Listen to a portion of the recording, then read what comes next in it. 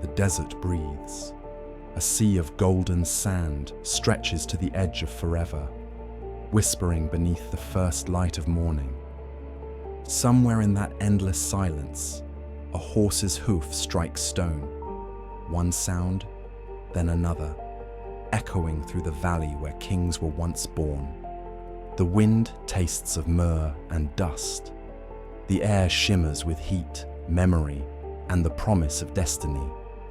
This is a story of vision and mercy, of kings who built with compassion instead of conquest, of an empire that dreamed not of domination, but of harmony. It is the tale of the world's first great civilization of roads and gardens, of faith and flame, where truth itself was worshipped as light. Imagine standing beneath that ancient sky. Would you hear the songs of builders, or the prayers of shepherds carried on the wind? Would you see power or peace? Tell me in the comments, what do you think you'd notice first in the world of ancient Persia? And if you enjoy drifting into the past with us, gently tap like and subscribe, so the next journey is already waiting when you return. Now dim your screen, let the air grow still, and listen as the story of the Persian Empire begins.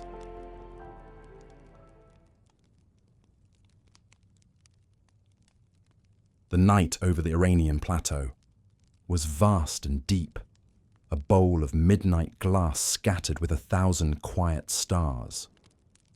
The air was cool and dry, carrying the faint scent of sagebrush and smoke from far-off hearths.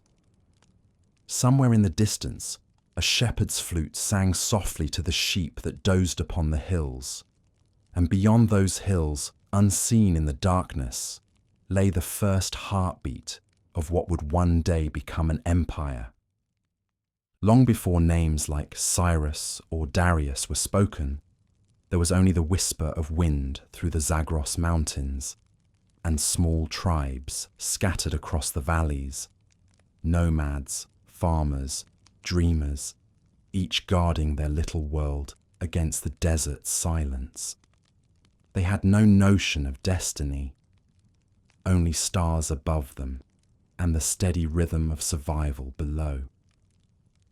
At night, the heavens looked close enough to touch. The people of these lands, the Persians, the Medes, the Elamites, looked upward and saw not emptiness, but order. Constellations that spoke of divine watchfulness, of fire and truth and the endless cycle of dawn. They believed the stars were guardians, ancient eyes keeping balance between darkness and light. And in that balance, the seed of their future began to grow. Somewhere among those wandering tribes, perhaps in a small village near Anshan, a child was born beneath that starlit sky. His name was Kurush, Cyrus. No one could have known that this child would someday unite the warring lands and build one of the most enlightened empires in history. Yet even as a boy, stories say, he listened more than he spoke. He watched the way men argued, how they followed strength, but trusted kindness. He studied the patterns of nature, how rivers curved and flowed, how wild horses moved together without a leader's whip. These were small lessons, but from them a great philosophy would one day rise. In those early years, the Persians lived between mountain and plain. Their world was both generous and unforgiving, rich in colour, poor in comfort. Days were long beneath the sun, but the evenings were slow and golden. Smoke curled from clay ovens, bread baked on hot stones, and children listened to stories of kings and gods around the fire. The storytellers spoke of Ahura Mazda, the Lord of Wisdom, the Light Eternal, who watched over truth, creation, and the order of all things. They spoke too of Ahriman, the spirit of chaos, ever lurking at the edge of the world. Between them, the people found their moral compass, to live with honor, to speak truth, and to keep the flame alive. Can you imagine it? A world lit only by stars and fire, the sound of wind moving through reeds, the soft jingle of bronze ornaments, the glow of oil lamps flickering in round clay homes. There was no empire yet, no great roads, only the rhythm of footsteps on dust and hearts that dreamed of something larger than their scattered tribes. By the time Cyrus grew into a young man, the lands around him were restless. The powerful kingdom of the Medes to the north ruled over Persia as a vassal. Their kings were mighty, but feared. Their rule brought order, yet choked the spirit of those beneath them. Cyrus's people longed for dignity, not rebellion, but respect. In the quiet hours of the night, elders spoke in low voices of freedom, of unity, of a leader who might lift them from shadows without spilling blood upon the soil. And somewhere, Cyrus listened. Stories tell that his rise began not with swords, but with words. With alliances made in secret, oaths whispered beneath torchlight, he won hearts before he won battles. One by one the tribes joined him, Persians, Medes, and Elamites, drawn not by fear, but by a strange new idea, that a ruler could be both strong and just, that mercy could build what terror could not. In the high plains of Pasargadae, where rivers glimmered like molten silver in the moonlight, Cyrus raised his first standard. The wind tugged at its edges, carrying with it the scent of wild thyme and rain. Below that banner, men gathered, not soldiers, not yet, but farmers, shepherds and craftsmen, ready to follow a vision more than a man. They stood shoulder to shoulder, gazing eastward as dawn began to break, painting the desert in rose and gold. The first light of Persia. It was said that Cyrus often walked alone before battle, not in fear, but in thought. He believed every victory must be followed by compassion, or else it would poison itself. When he conquered, he offered pardon. When he ruled, he listened. The old world was accustomed to kings who took lands, lives, loyalty, yet Cyrus gave back. He allowed nations to keep their gods, their customs, their tongues. For him, diversity was not a threat, but the strength of empire itself. In this way, a legend began to take shape, not of a conqueror, but of a shepherd king who ruled with the patience of the earth itself. Under his banner, the Persian tribes rose and overthrew the Median kings. The victory was swift, but not cruel. Even Astyages, the Median ruler, was spared. Treated not as an enemy, but as family. Cyrus's people believed the gods smiled upon mercy, and that no empire could last without it. It was a belief that would ripple through centuries, carried on the tongues of poets and priests. Beyond the mountains, word of Persia's rise began to spread. Through Mesopotamia, across the deserts of Arabia, even to the edge of the Aegean. Merchants whispered of a new power, whose rule was fair, whose coin was honest, whose word was kept. The world, weary of tyranny, began to turn its gaze eastward. At night, the courtyards of Pasargadae filled with the scent of blooming pomegranates. The gardens glowed with lamplight, water trickled through carved stone channels, and music drifted softly through the air. The hum of zithers, the beat of hand drums, the low voices of men telling stories of their new king. In those moments, peace did not seem a dream, but a destiny fulfilled. And yet, even as prosperity grew, Cyrus kept his humility. He walked among his people, listened to their needs, and thanked the gods not for power, but for balance. For every rise he knew must one day be met by a fall. Even the greatest empire begins and ends under the same stars. Can you picture it?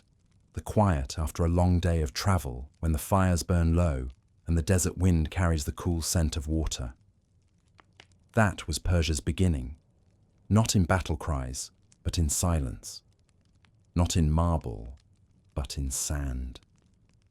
For now, the great king was still a man, a dreamer who watched the stars from his tent and wondered what lay beyond the horizon.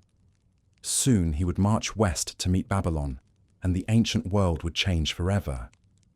But tonight, in this first moment of history, he was only Cyrus, son of the East, listening to the music of the wind and the heartbeat of destiny.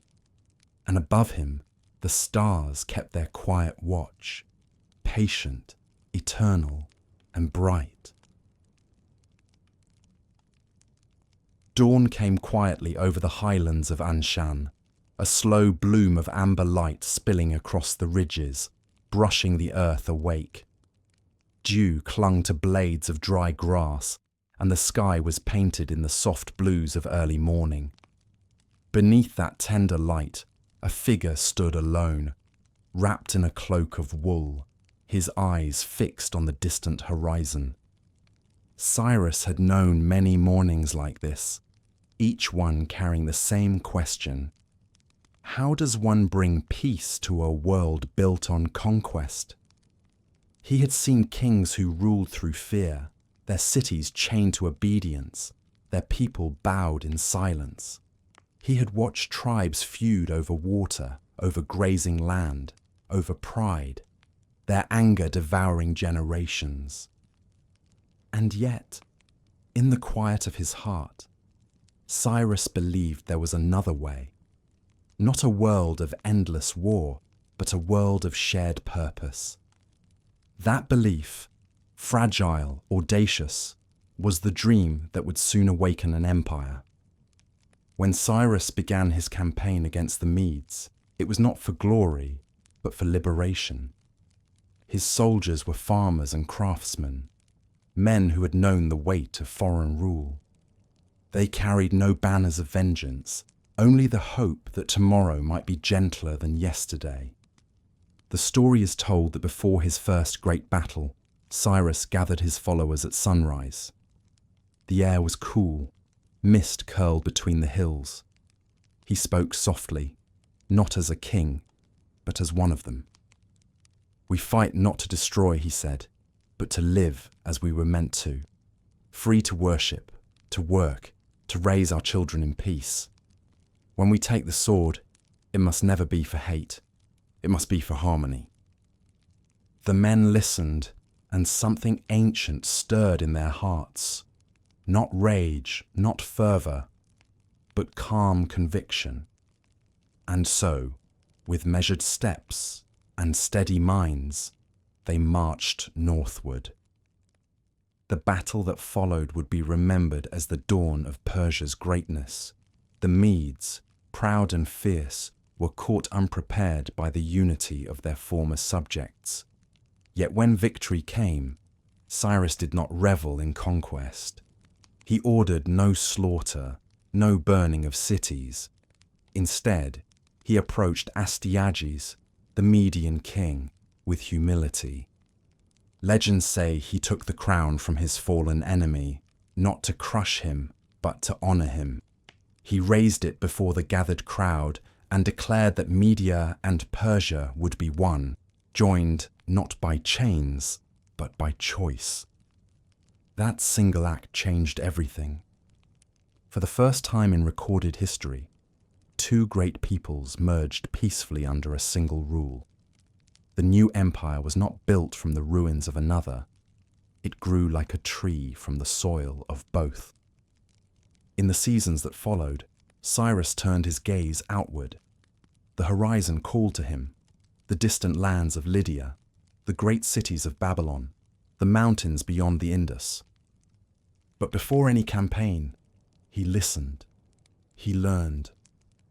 He walked among traders in the markets of Ecbatana, hearing their tales of faraway ports and the price of tin and lapis lazuli. he spoke to priests about the heavens, to builders about the strength of mud brick walls, to farmers about the changing winds. Every fragment of knowledge became part of his vision. Cyrus understood something few rulers did, that the foundation of empire is not power, but understanding. As his realm expanded, he built not monuments to himself, but roads, long winding paths connecting people who had once been strangers. Along these roads, messengers carried news faster than the wind. Markets blossomed, languages mingled, and the idea of Persia began to take form, not as a nation of one blood, but as a symphony of many. Can you picture it? Caravans moving beneath a rising moon, their camels heavy with silk and spices, their torches glowing like fireflies across the dunes. The air alive with the murmur of different tongues: Elamite, Median, Akkadian, Aramaic, each voice part of a single harmony. By night, travelers would rest by roadside inns built of stone and cedar. They would share bread, tell stories, and fall asleep to the lullaby of desert wind whispering through the tents. In those moments, the empire lived not in palaces or laws, but in the quiet fellowship of its people. In time, word reached Cyrus of Babylon, the ancient jewel of Mesopotamia, the city of temples and hanging gardens. Its ruler, Nabonidus, had angered his own priests and people, neglecting Marduk, the chief god of the city. The empire of Babylon had grown weary, its people restless under burdens of taxes and fear. Cyrus saw not an enemy, but an opportunity to restore balance. When his armies approached the Euphrates, the night was heavy and still. The river glimmered beneath starlight, wide and slow. Babylon's walls rose like mountains, so tall that even hope seemed small beside them. Yet Cyrus did not order an assault. Instead, he studied the river itself, its rhythm, its secrets. In a quiet, brilliant act of strategy, he ordered his men to divert the waters into nearby channels. As the riverbed sank, his soldiers walked upon its floor, entering the city beneath its walls without a single blow. The conquest of Babylon, one of the greatest cities of the ancient world, was accomplished not through destruction, but through patience and ingenuity. When Cyrus entered the city, he came not as a conqueror, but as a liberator. The people greeted him with cheers, priests offered blessings, and the sacred statues of their gods were restored to their rightful temples. He issued what would become known as the Cyrus Cylinder, the world's first recorded declaration of human rights. In it, he proclaimed freedom of worship, the end of forced labor, and the return of displaced peoples to their homelands. "I return to these sacred cities," it read, "the images of the gods who had lived there, and I let them dwell in eternal abodes. May all the people whom I have gathered live in peace." Even centuries later, those words would echo, etched in clay, surviving time like a promise kept. Under Cyrus, the Persian Empire became something new in human history, not merely vast, but visionary. From the Aegean to the Indus, people of countless tongues lived under one roof, bound not by fear, but by fairness. Governors ruled distant provinces, but all were answerable to the King of Kings, a title not of vanity, but of stewardship. And in the heart of the empire, Pasargadae blossomed. Its gardens, paradiesa, the walled enclosures that would one day inspire the word paradise, shimmered with the scent of roses and running water. Cedar groves shaded courtyards of carved stone, and channels of crystal water flowed between flowering beds. Here, ambassadors from every land gathered, Greek, Babylonian, Egyptian, bringing gifts and stories to the court of the great king. The evenings were filled with music, lyres and flutes, the rustle of silk, the laughter of servants and scholars alike. Cyrus would walk among them quietly, sometimes stopping to ask about their homelands, their customs, their gods. He never sought to erase what made them different.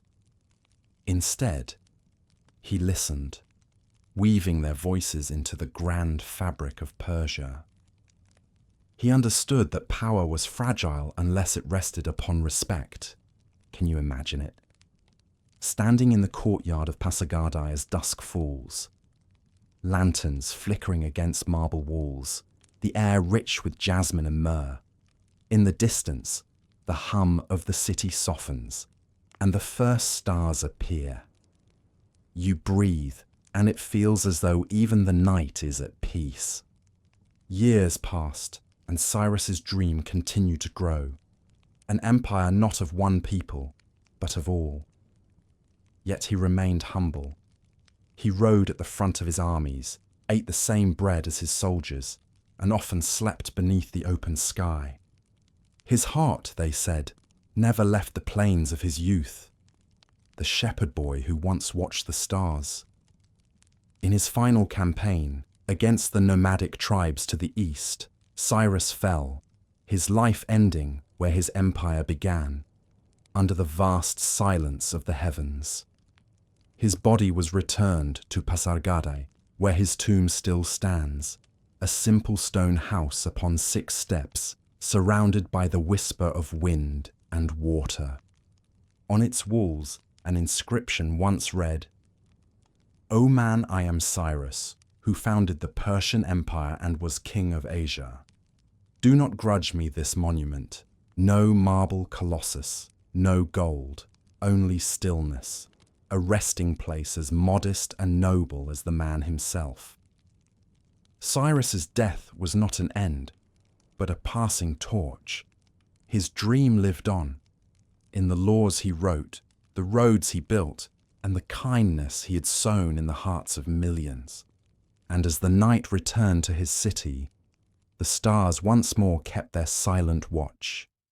The same stars that had guided a shepherd boy to become a king, and a king to become a legend. The dream was alive, and soon others would rise to carry it forward, to shape, to strengthen, to guard it from the winds of time. For now, the empire slept, peacefully, beneath the stars that had guarded the east since the beginning. The wind moves softly across the plains of Pasargadae. It whispers through the gardens, bends the reeds beside the streams, and sighs across the pale stone of a lonely tomb. The inscription is almost gone now, the words fading into the silence of centuries. Yet for those who listen, something remains, a presence, a memory. Cyrus the Great is gone, but his dream lingers, not in the sound of armies or the glitter of palaces, but in the quiet order he left behind. The empire breathes as one. Merchants speak freely in the markets of Babylon. Pilgrims travel safely along the royal roads, and farmers in distant valleys plant their crops beneath a sense of peace that had been unknown for generations. This was the world Cyrus built, not by the edge of the sword, but by the reach of trust. When the old king's body was laid to rest, the sky was soft with spring light. The people of every province sent offerings, gold from Lydia, ivory from Egypt, lapis from Sogdia, woven silks from Media. But what mattered most were the simple gestures, the shepherd who left a lamb at the tomb, the potter who carved a clay tablet with his name, the children who scattered wildflowers over the steps. Cyrus had been loved, not merely obeyed. That, in the long tapestry of empires, was rare. After his passing, the weight of the crown fell upon his son, Cambyses, a ruler of fierce will and great ambition. Under him, Persia marched southward, across the burning sands and into the valley of the Nile. Egypt, ancient and proud, bowed before the rising eastern sun.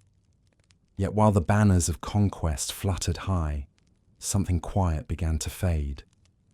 That gentle balance Cyrus had held between strength and compassion. Cambyses ruled with the fire of expansion, not the calm of stewardship. His victories were real, but they carried the shadow of restlessness. The gods of the Egyptians were mocked, their temples defiled, their priests humiliated. Fear, once banished from the empire, began to creep back into the hearts of men. For a time, the great dream trembled, and yet, as history often does, it turned again toward renewal. Toward one who would remember not only what Cyrus had built, but why. Far from Egypt's sands, in the quiet hills of Persia, a young man of royal blood was watching the empire fracture. His name was Darius, a distant relative of Cyrus, a soldier of discipline and faith. He served in the king's guard, calm and observant, loyal but not blind. When Cambyses died under mysterious circumstances on his way home from Egypt, chaos swept through the empire. A usurper claimed the throne, a false prince, it was said, wearing another's face. Provinces rebelled, armies split, and the great king's name was mocked in whispers. It was then that Darius rose. In a moment of quiet resolve, he gathered a small band of nobles who still remembered the old ways, men who had served under Cyrus and carried his vision in their hearts. Together, they uncovered the truth of the impostor, overthrew the pretender, and restored order to the trembling realm. The story is carved forever in stone, the Behistun inscription etched high upon a cliff face. Darius, bow drawn, stands over his enemies as the god Ahura Mazda watches above. It is not a tale of vanity, but of balance regained, the restoration of truth over deceit, light over shadow. When Darius took the throne, he was still young, but his mind was as precise as the chisel that carved his victories. Where Cyrus had dreamed, Darius built. Where others conquered, he organized. He understood that the empire's greatness lay not only in its size, but in its harmony.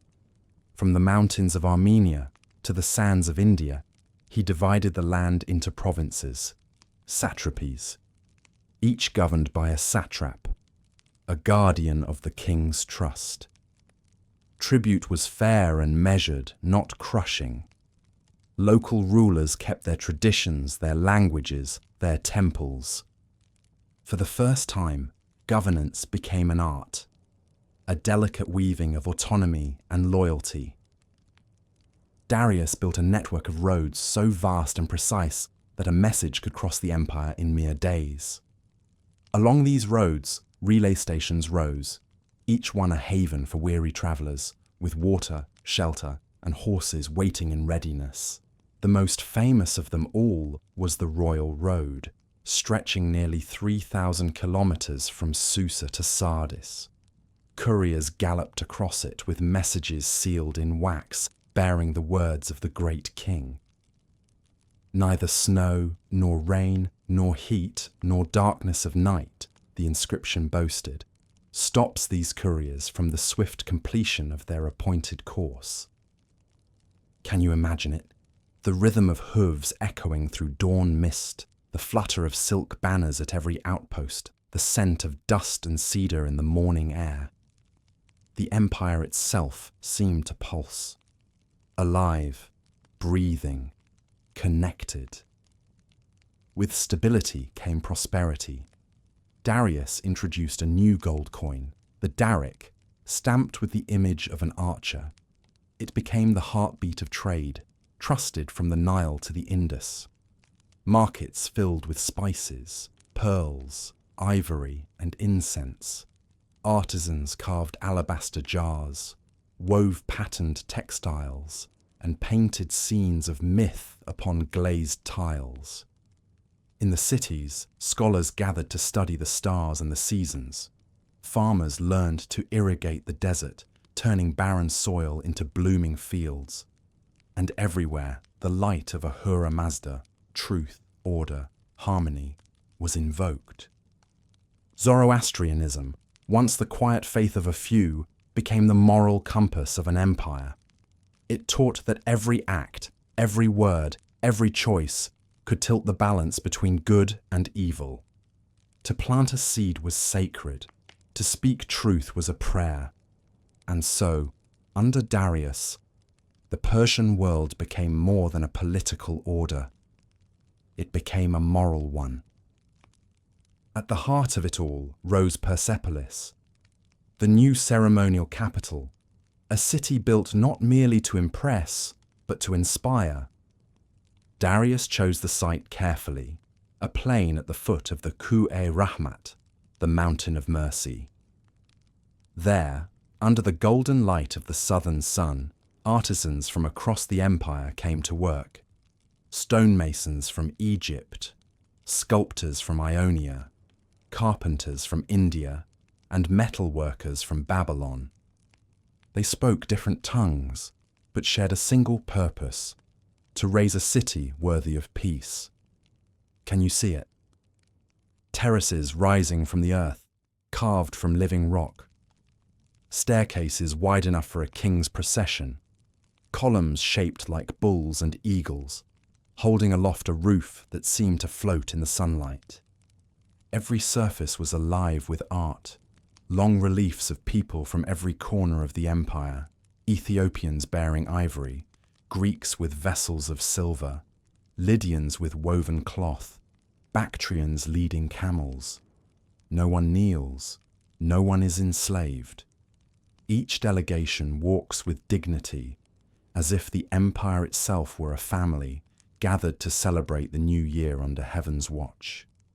At the top of those stairways, Darius built his throne room, the Apadana, and there he received envoys from the known world. Yet even at the height of ceremony, he kept humility close. "By the favour of Ahura Mazda," he declared, "I am king. May my people be happy while I live, and when I am gone." As Persepolis grew, so did the dream of a world united by order, not domination.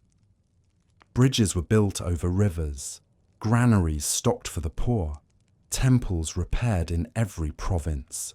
The empire, vast as the horizon, felt steady, an orchestra tuned to harmony.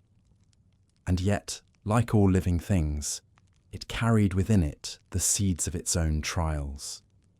Beyond the western borders, across the blue waters of the Aegean, new voices were rising, the Greeks, independent, restless, proud. They admired Persia's wealth but bristled at its reach. In the small cities of Ionia, Persian rule was accepted but never embraced. Rebellion flickered like sparks on dry grass. When Darius heard of it, he was not furious, but thoughtful. He sent envoys, first with gold, then with words, offering peace in exchange for loyalty. Yet pride, once kindled, seldom bows. The fires spread, and the king, ever patient, gathered his armies. He did not march to destroy, but to restore balance, the eternal principle of the Persian way. Still, destiny had its own rhythm, and the tide of history was beginning to shift. But for now, for this quiet moment in the middle of an empire's life, Persia stood radiant. The air was filled with the scent of cedar and myrrh, the hum of languages blending in harmony, the steady heartbeat of trade and prayer and purpose. Night falls once more upon Persepolis. Torches flicker along the terraces. Musicians play in the courtyards. The city glows like amber against the dark. Darius steps onto his balcony and gazes at the stars. The same stars that once watched over Cyrus. He knows that his reign, like all things, will one day fade. But for now, he feels the calm of order, the satisfaction of a dream continued. He whispers a prayer to Ahura Mazda, thanking the heavens for the light of truth, for the strength of justice, and for the peace that allows men to sleep without fear. Far below, a fountain murmurs softly. Somewhere, a child laughs. The empire, for this fleeting night, is whole. And the stars, those ancient guardians of the east, shine steadily on, keeping their quiet watch over the world anew. The morning sun rose slow and golden over Persepolis, spilling light across the terraces until every carved relief gleamed like honey.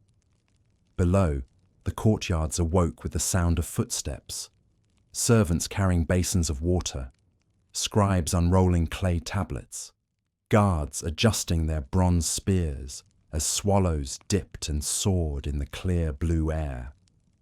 Far beyond the palace walls, the empire itself stirred to life, a living organism, vast and harmonious. From the shores of the Aegean to the edge of the Indus, roads shimmered beneath the dawn. Camels groaned under silk and grain, couriers rode fast with messages sealed in wax, and merchants lit morning fires beside their tents. It was the hum of a world connected, the heartbeat of Persia. In Babylon, the air was thick with the scent of dates and oil. The great ziggurat of Etemenanki cast its long shadow over the marketplace, and the Euphrates glimmered as barges slid along its slow current. Darius had restored the temples that Cyrus once spared. The shrines of Marduk, Ishtar, and Nabu stood bright again, their gold shining in the sun. Priests carried offerings through the streets, their chants rising like smoke. Once, Babylon had been a conquered city, wary of its new rulers. Now, under Darius, it had become a jewel once more, its scholars employed in the imperial court, its scribes teaching Persian administrators the art of cuneiform record-keeping. Trade flourished. Ideas flowed with it. From Babylon came astronomy, the careful mapping of stars and seasons. From Persia came the roads and coinage that allowed knowledge to travel. The two civilizations, once rivals, now breathed as one. Can you imagine walking those streets? The rhythm of sandals on clay brick, the perfume of incense curling through the air, the chatter of merchants haggling in Akkadian, Aramaic, and Old Persian alike. Somewhere a lyre is playing, and above it all the city hums, alive with the pulse of empire. Across the Western Sea, in the cities of Ionia, the story was different. The Greek colonies, bright with marble and curiosity, lived under Persian oversight. They admired the empire's wealth, but chafed at its reach. To them, Persia was both protector and shadow. And yet even here, Persian influence was gentle, not oppressive. Darius allowed their local councils to rule, their temples to remain untouched, their ports to thrive. In the Agora of Miletus, philosophers debated questions of fate and justice, inspired by stories carried from the East, of a single god of light, of a universe balanced between truth and falsehood. These ideas would echo in their own search for order, for reason. Far across deserts and mountain passes, other echoes took root. In the valleys of Bactria, Persian engineers dug qanats, underground channels that brought cool water to the fields. In the lands of Sogdia, traders learned to measure the days by the stars, guided by the same constellations their ancestors once prayed to. In the oases of the Iranian plateau, travellers rested in shaded courtyards, where every stranger was offered bread, water, and safety, the unwritten law of Persia's peace. It was said that a man could walk from the edge of Lydia to the borders of India carrying gold upon his belt and fear no thief. Such was the order Darius built, not of chains, but of trust. In Susa, the empire's winter capital, the palace shimmered in coloured glaze, blue as lapis, green as cypress, white as salt. The walls were alive with images, lions striding in golden relief, winged bulls guarding the gates, soldiers in patterned robes carrying spears of silver. Inside, scribes recorded laws in 3 tongues, Persian, Elamite, and Akkadian, so that every people might read the same truth. The king himself sat upon his throne of cedar and gold, surrounded by advisors from every province, Egyptians in linen, Medes in wool, Lydians with bright earrings, Indians with ivory bangles. They bowed in greeting, but when they rose, they spoke as equals. To rule such a vast realm required not cruelty, but balance, a constant weighing of hearts. And Darius, more than any who followed, understood this delicate art. He called himself King of Kings, yet he knew that power without justice was as hollow as an unstrung bow. His laws, carved upon stone, spoke not of dominance, but of duty. By the will of Ahura Mazda, one inscription reads, "I am a friend to what is right. I am not a friend to the wrongdoer. It is my desire that what is fair shall be done to my people." Simple words, eternal ones. At dusk, when the business of empire slowed, Darius would walk the terraces of Persepolis. From there, he could see the plains stretching to the horizon, a living map of his vision. Below, the workers' fires flickered in the distance, small and steady. The scent of stone dust and cedar resin hung in the warm evening air. He would pause to listen, to the murmur of wind, to the echo of chisels still tapping faintly in the halls below, to the quiet voices of builders from every corner of the realm. Their songs blended into one low hum, a chorus of devotion. To Darius, these were not servants, but stewards. Each man, woman, and child within his borders was a thread in the same vast tapestry. The empire, he believed, would endure not through fear, but through the faith of its people. And so, when the fires burned low, he would offer a small prayer, not for victory, but for wisdom. May I not act in anger. May I see what is right clearly. May the world remain in order.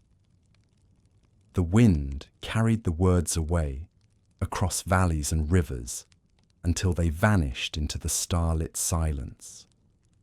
There were nights when travellers along the royal roads swore they could feel that same peace, as if the very dust remembered the prayers of kings. A merchant riding through the passes of Armenia might pause to watch the moon rise over snow-capped peaks.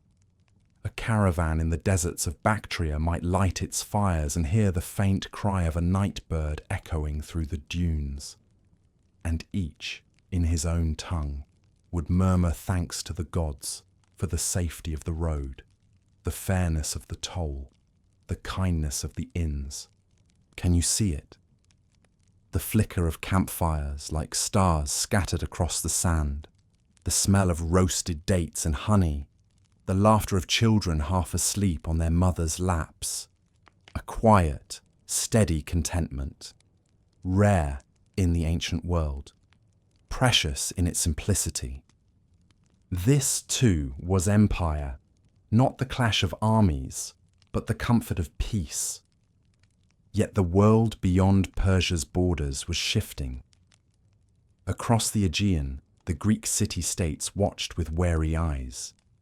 News of Darius's wealth and power reached them through sailors and traders, stories of cities of gold, of kings who commanded 100 nations. To some, Persia was a marvel. To others, a warning.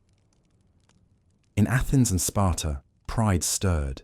a defiance as old as humanity itself. Small, divided, but fierce, the Greek cities would one day rise to challenge the empire that had brought peace to half the world. But not yet. For now, the balance still held. In the quiet hours of the night, the courtyards of Persepolis filled with the soft sound of flutes. Oil lamps glowed beside pools of still water, reflecting the constellations above: Orion, Taurus, the Seven Sisters. The scent of sandalwood drifted through the warm air. Darius sat with his scholars, discussing the stars. The Babylonians taught him that every light in the sky followed a pattern, that time itself could be measured by their movement. The Egyptians spoke of Ra's journey through the heavens, the Persians of Ahura Mazda's eternal flame.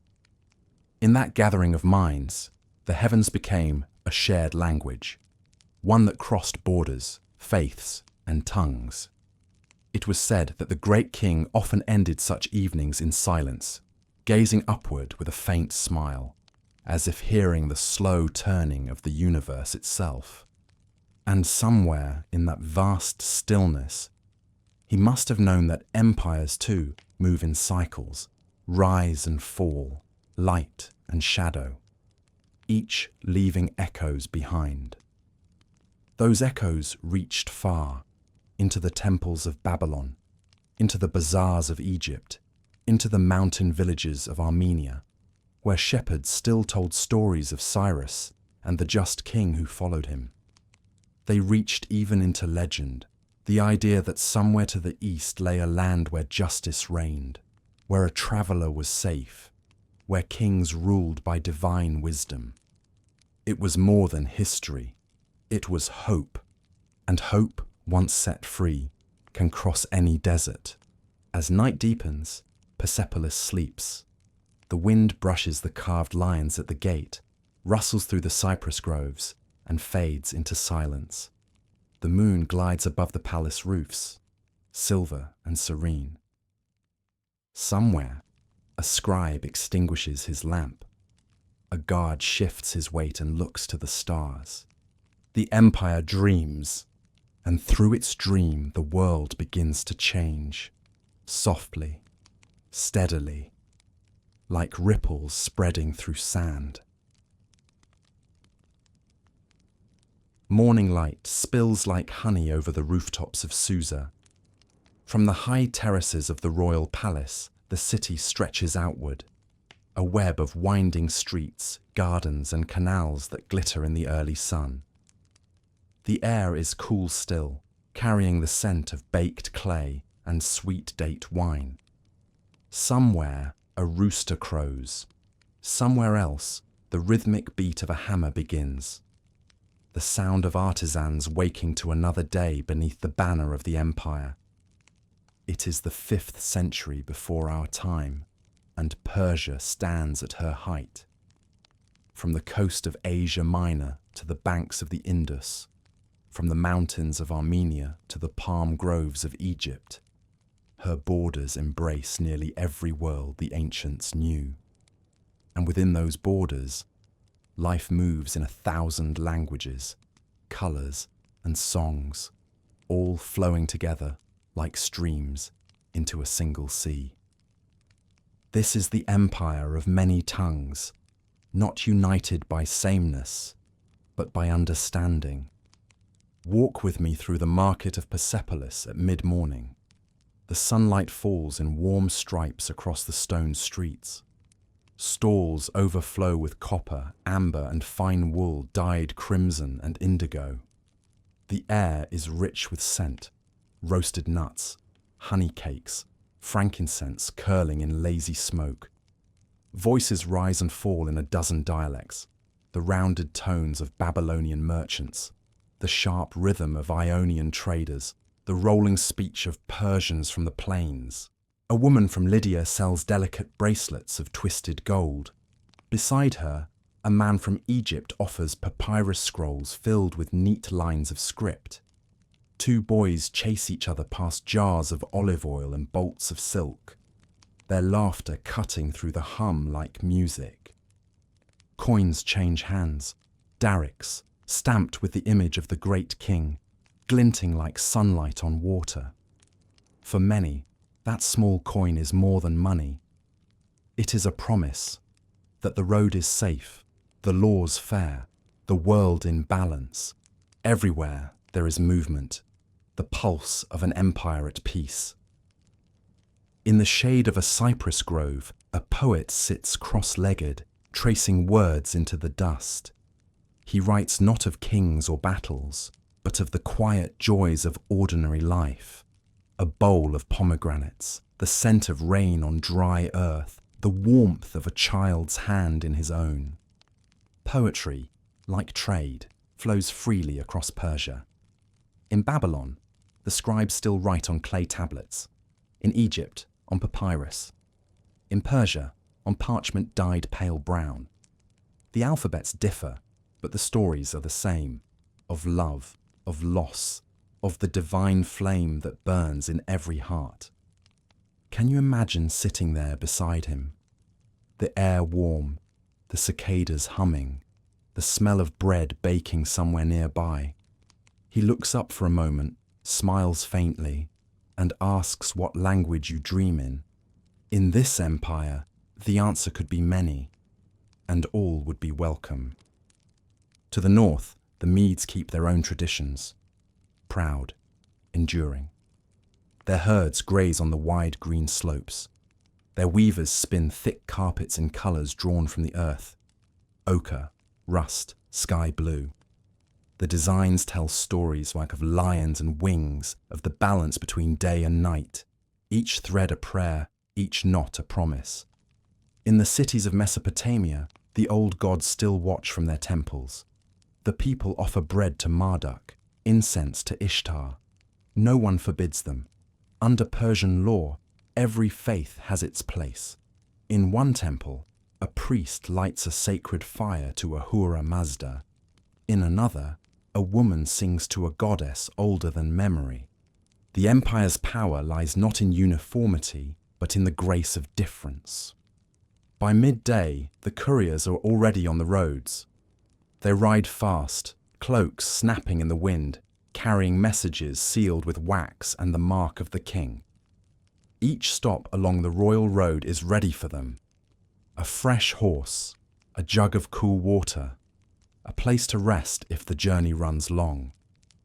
A single message can cross the empire in less than 2 weeks, a marvel the world had never known before. And it is not only royal decrees that travel this way.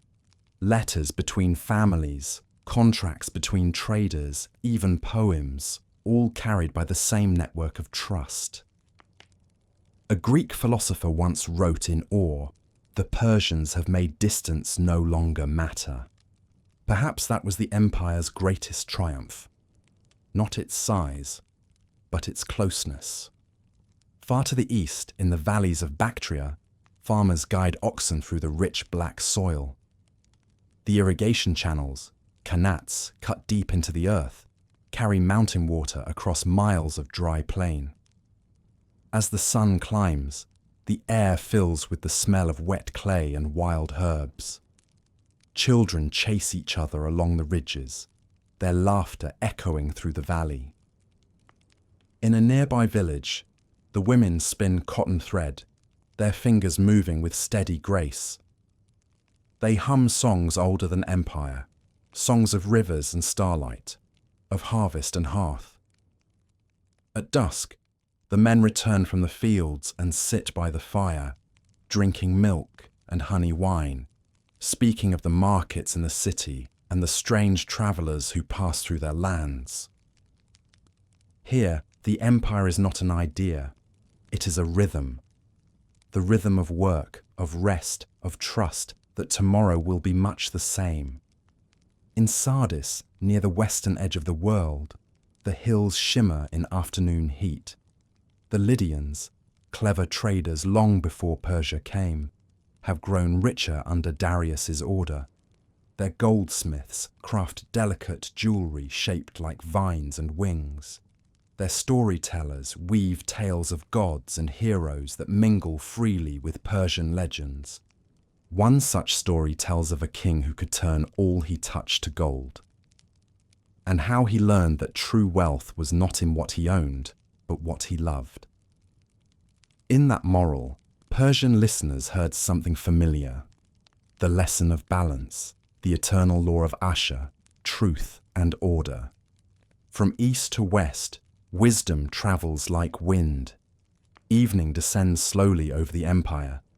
In Persepolis, torches flicker to life along the terraces, casting long shadows across the reliefs. In Susa, the scent of jasmine drifts through open courtyards. In Babylon, the sky glows violet, and priests begin their nightly hymns. Somewhere, in a small village at the edge of the desert, a family gathers for supper. Their home is simple: walls of sun-baked brick, a roof of woven reeds. The meal is humble too: lentils, barley bread, dried figs, a little cheese. The father lights a small oil lamp and places it in the center of the table. They eat in quiet joy. Outside, the wind sighs through the palms, and the stars begin to appear, one then another, until the sky fills with light. The mother tells her children a story before sleep, of the great king who built roads that reach the sea, who made the rivers safe, who promised that every man and woman could live in peace beneath the stars. The children listen wide-eyed, as though she is speaking of a god. When the story ends, the lamp is dimmed. The family sleeps, and the empire dreams with them. Can you feel it? The vastness and the intimacy, the hum of life that never truly stops. The empire is not only palaces and armies, it is the small, enduring comfort of order. The certainty that justice, once spoken, holds steady through the years. There are flaws, of course. No human world is perfect. A corrupt satrap here, a heavy tax there, a whisper of revolt beyond the mountains. But still, the roads remain safe. The granaries stay full. The temples stand side by side in peace. And across the night sky, the same constellations burn over every roof, Persian, Greek, Babylonian, Egyptian alike. The stars do not care what language the prayers are spoken in. They listen all the same. By midnight, the palace of Persepolis lies quiet. The marble floors gleam in the moonlight. Somewhere deep inside, a lone musician plucks the strings of a lyre. The melody drifts upward, soft and slow, curling through the halls like a breath. It is a song of gratitude for the harvest, for the peace, for the long thread of time that binds them all together. In the gardens, water flows gently through narrow channels, murmuring over the stones. The air smells faintly of roses. Fireflies hover above the pools, their light flickering like tiny stars fallen from the heavens. The empire rests, vast, alive, breathing in unison. In the stillness of that night, somewhere between the rustle of trees and the quiet hum of insects, there is a feeling, something unspoken, yet understood. The sense that all of this, the palaces, the villages, the rivers, the songs, are part of a single, delicate design. And though time will move on, though kingdoms will rise and fall, the harmony born here, in this empire of many tongues, will echo through the ages, in the tolerance of faiths, in the balance of law, in the quiet idea that peace is not weakness but wisdom. Persia's voice endures. The night deepens. The wind hushes. The stars above Persepolis shimmer with ancient patience. And somewhere, a storyteller's voice fades into silence, whispering one final thought before sleep. Empires may crumble, but understanding, once spoken, never dies. The dawn came like the drawing of a slow breath. First, the pale shimmer of the horizon. Then, the sound of wind weaving through the cypress trees that crowned the terraces of Persepolis. And finally, the quiet stir of life inside the palace. Sandals whispering on stone. The faint ring of bronze basins. The low murmur of servants greeting the new day. Darius rose before the sun. He preferred those hours when the world still felt half asleep, when even the empire seemed to listen. Each morning he would stand on the balcony of his chamber, his hands resting on the cool carved rail, and watch the first light spill across the plains. In that soft glow, the kingdom stretched beyond sight, rivers glinting like silver threads, roads tracing delicate lines toward the horizon. For Darius, beauty was never separate from order. He believed that everything which endures, from a kingdom to a garden, must first find its rhythm. When he came to power, the empire was vast but fragile, bound more by goodwill than by structure. Cyrus had dreamed the dream. Darius would give it bones. He began not with conquest, but with the quiet geometry of governance. He mapped the empire into satrapies, provinces shaped not by conquest lines, but by natural rhythm, river, mountain, plain. Each satrap was both ruler and servant, responsible for justice, for tax, for truth. To watch over them, Darius created something new, a network of royal inspectors called the eyes and ears of the king. They rode the roads without warning, appearing unannounced in distant towns, listening to merchants, soldiers, and priests alike. Their reports were sealed and carried back to Persepolis by swift couriers. Thus the king knew his empire not by rumour, but by truth. Can you imagine that system unfolding, centuries before the notion of bureaucracy even had a name? The careful flow of parchment, the precision of seals, the discipline of order. No shouts, no chaos, only the quiet hum of trust made tangible.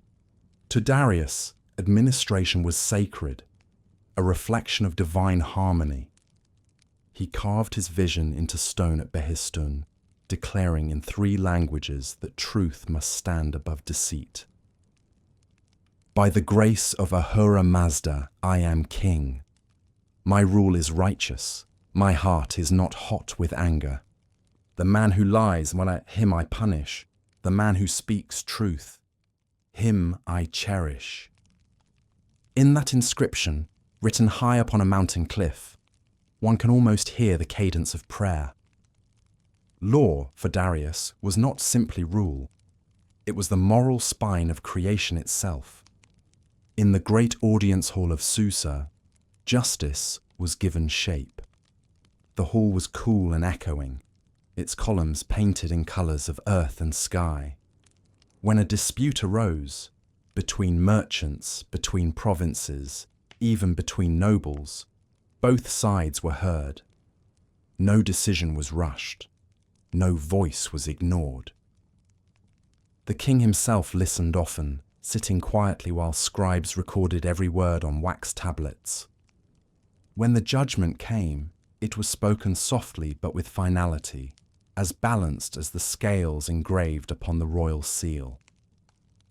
To ordinary Persians, this fairness was more powerful than any army. For the first time, men of different lands, tongues, and gods could look upon one another and know that the same law bound them. Still, Darius's order was not merely legal, it was artistic. He saw symmetry in the rising of mountains, grace in the curve of a canal, poetry in a city's design. Under his direction, builders and mathematicians worked side by side to shape harmony into stone. He expanded Persepolis, the city of light, transforming it from vision to reality. Terraces rose layer upon layer, each fitted so perfectly that no mortar was needed. Staircases swept outward like open arms. Gardens mirrored the heavens, fourfold, divided by streams that met in a central pool, representing the 4 sacred rivers of paradise. Every wall told a story. Along the stairways, the reliefs showed not war, but peace. Delegations of every nation bringing gifts to the king, Nubians with ivory, Indians with gold dust, Phoenicians with cedar, Greeks with fine pottery. Each figure carved with quiet dignity, eyes lifted, hands outstretched, not slaves, but participants in a shared order. Can you see it?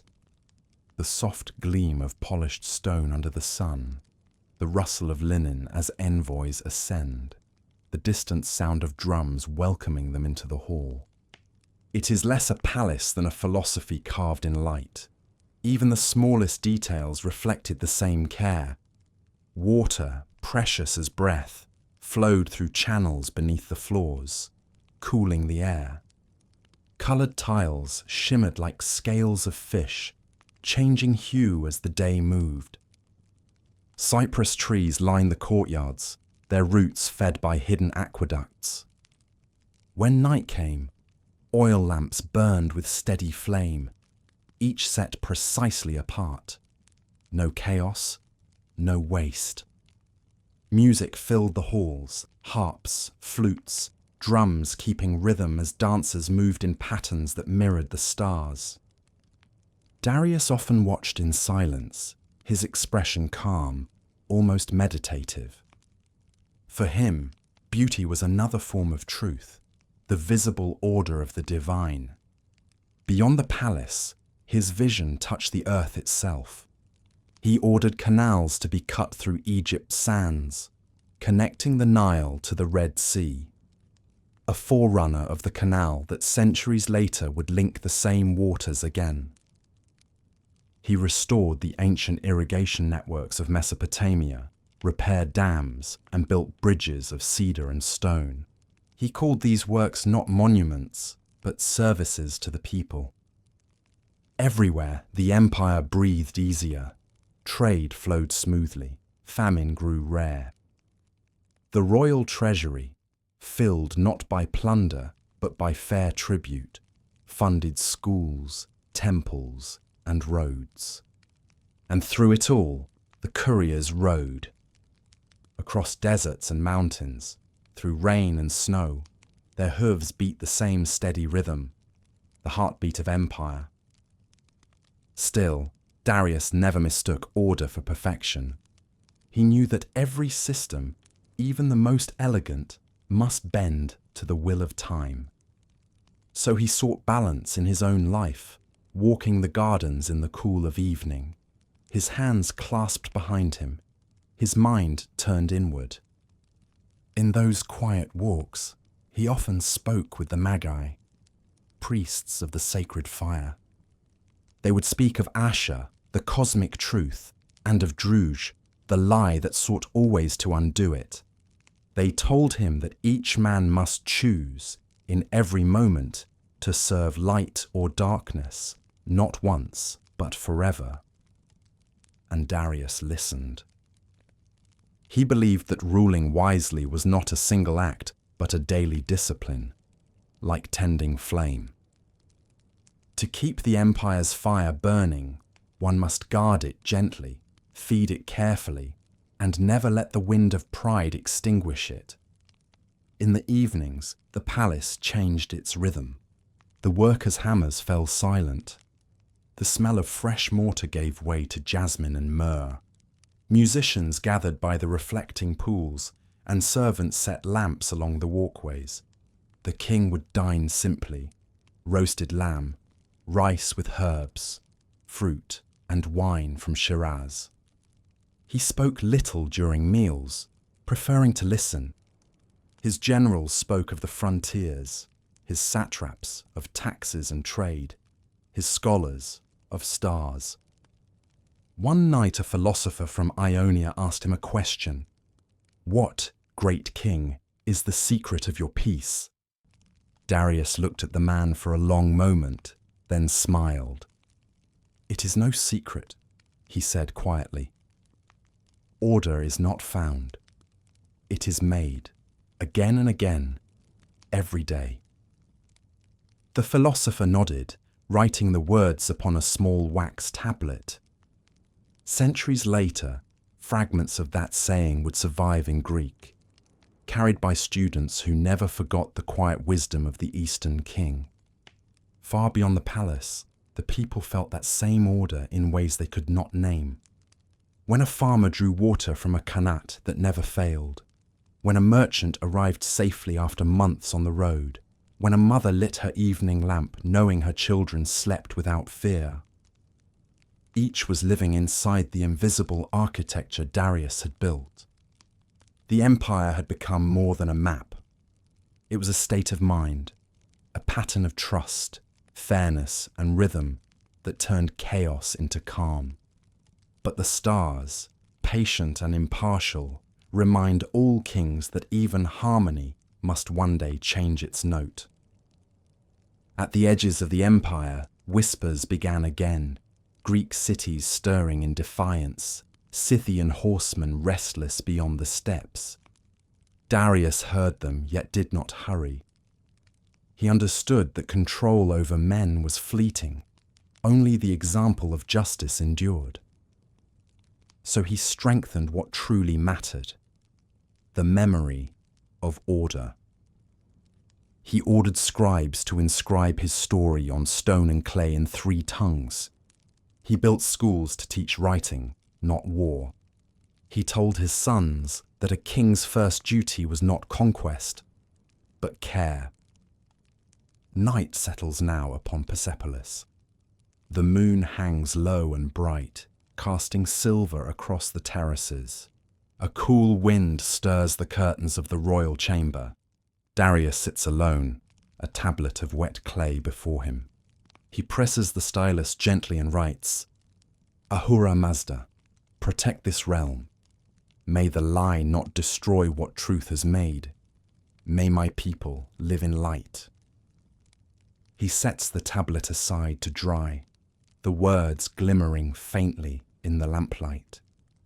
Outside, the fountains whisper, and somewhere far off, a lion roars once before fading into the night. The great king closes his eyes. Tomorrow will bring petitions, construction, messages from distant lands. Another day of shaping the invisible into order.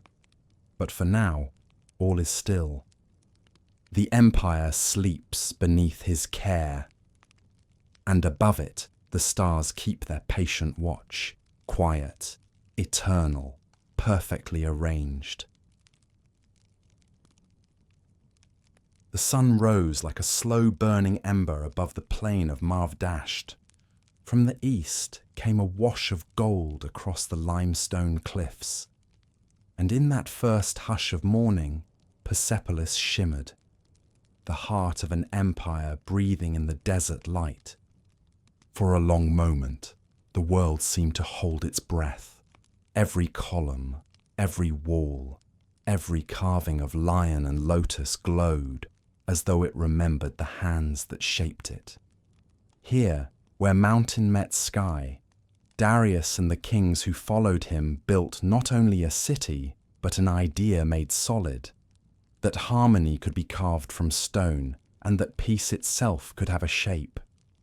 If you approach Persepolis in those early years, you would have seen it long before you reached it. The terraces rose gently from the plain, layered one upon another like steps to heaven.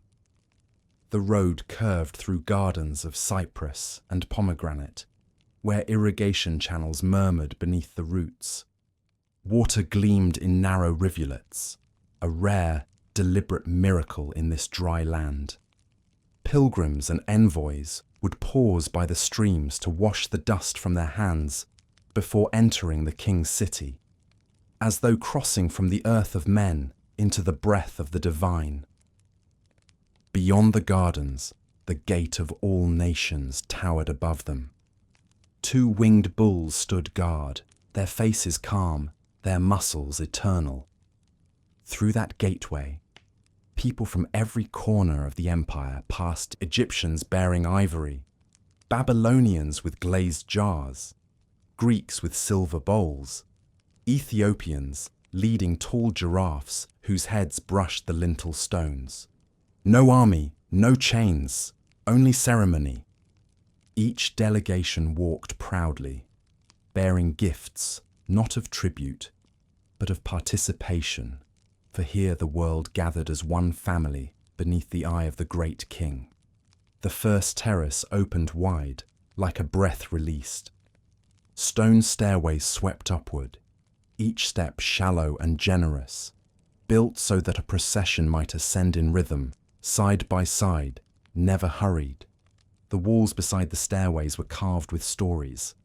Rows of men in patterned robes, their faces serene, carrying vessels, flowers, animals, and woven cloths. No one bows. No one kneels. Each figure moves forward as though in a slow dance of respect. At midday, sunlight caught the carvings just so, filling their eyes with fire. At twilight, the relief softened, the stone cooling to a shade of lavender. In every hour, Persepolis changed colour, alive with the light that named it. Can you imagine walking there, the stone warm beneath your feet, the scent of cedar resin in the air, the murmur of 100 tongues echoing softly through the colonnades? It must have felt less like a capital and more like a promise.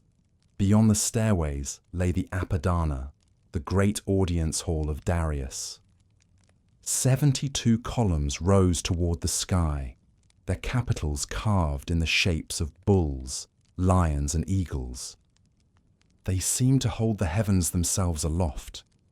The roof, of cedar from Lebanon and cypress from the mountains, spanned the hall like a vast sail frozen in the air. When the breeze moved through it, the rafters creaked gently, like a living creature at rest. Inside, the floors were of polished stone that reflected every lamp and every step. Walls glowed with blue and white tiles, inlaid with gold leaf so thin it shimmered like water. Here, on the festival days of Nowruz, the Persian New Year, the great king received the world. At dawn, incense burned along the halls. By noon, envoys arrived in long lines, their gifts carried on silver trays. There were carpets from Sardis, lapis from Sogdia, papyrus scrolls from Egypt, olive oil from Greece, and rare gems from the eastern mountains. The air filled with the mingled scents of myrrh, cedar, and the sweetness of crushed flowers scattered across the floor.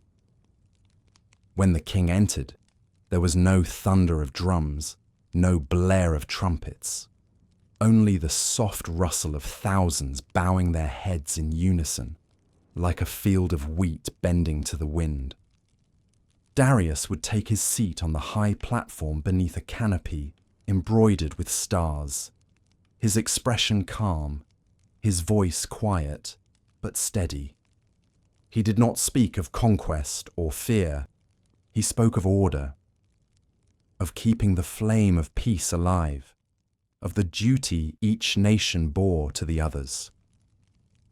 "We are many," he would say, "but we are one light." And the hall would fill with silence, deep and reverent, as if the very stones were listening. Beyond the palace, Persepolis lived like any city, though gentler, more deliberate.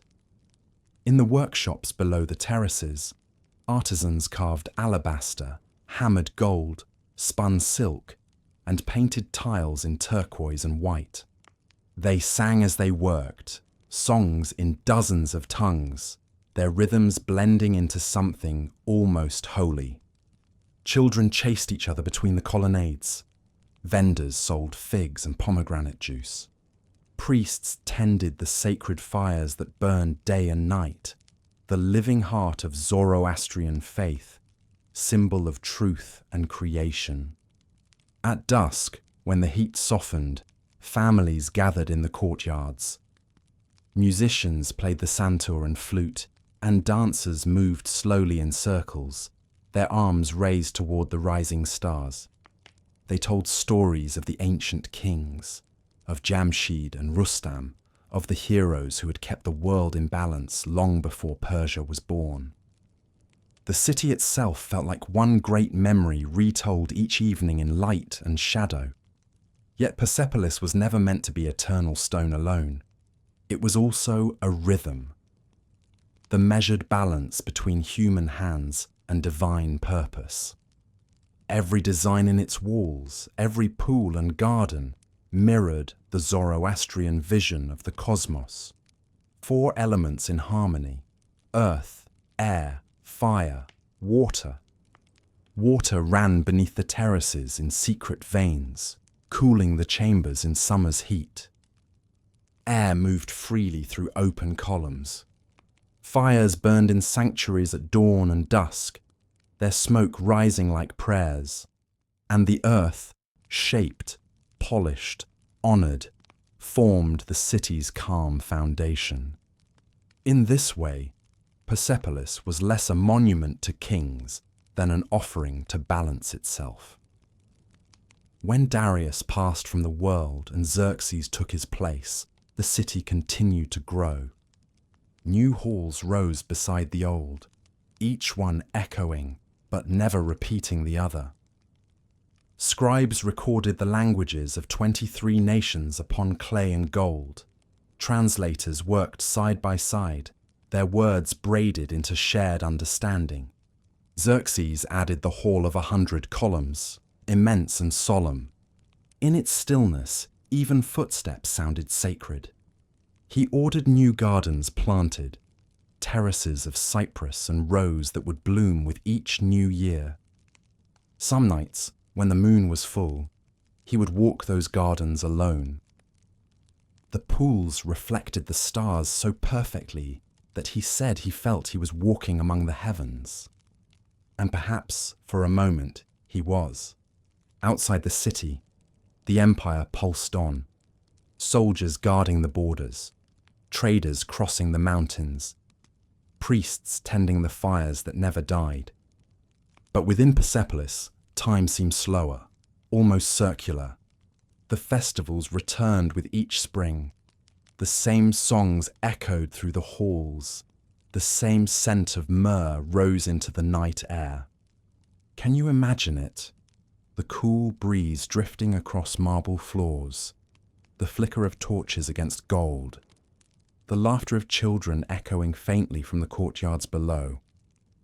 Even centuries later, travellers would say that Persepolis had a silence unlike any other city. Not the silence of emptiness, but of peace so complete that sound itself hesitated. One evening, as the last light faded, an old stonemason sat upon the steps he had built in his youth. His beard was white now, his hands rough with age. Beside him sat his grandson, eyes wide as he gazed at the glowing terraces. "Grandfather," the boy asked, "will these stones last forever?" The old man smiled, his gaze drifting to the horizon where the desert met the darkening sky. "Nothing lasts forever," he said softly. "But if a thing is made with care, it remembers." He tapped the step beneath them with his calloused hand. These stones remember kindness. They remember fairness.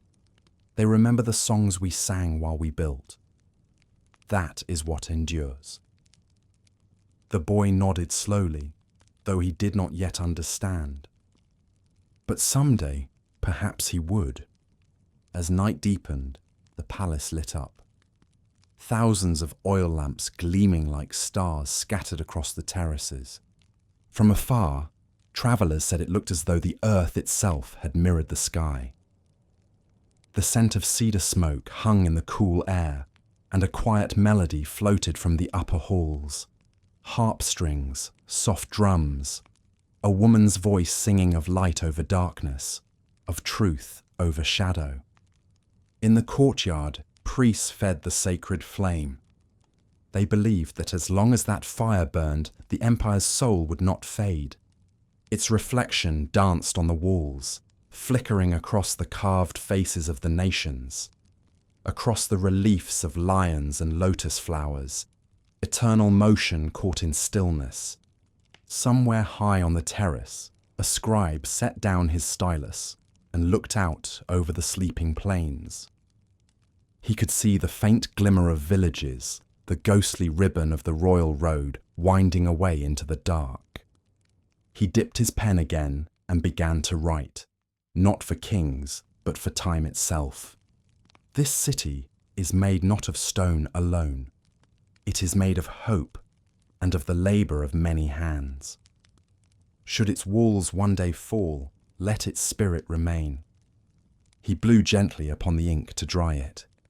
Midnight settled softly. The torches dimmed one by one. The musicians fell silent. Only the wind moved through the pillars, whispering its low, endless song. Persepolis slept, radiant, breathing, alive. The city of light, heart of the empire, dream of harmony made real. And above it, as always, the stars kept their steady watch, glimmering over the terraces, reflected in the waters below, shining upon a world that, for a fleeting moment in history, had found its perfect order.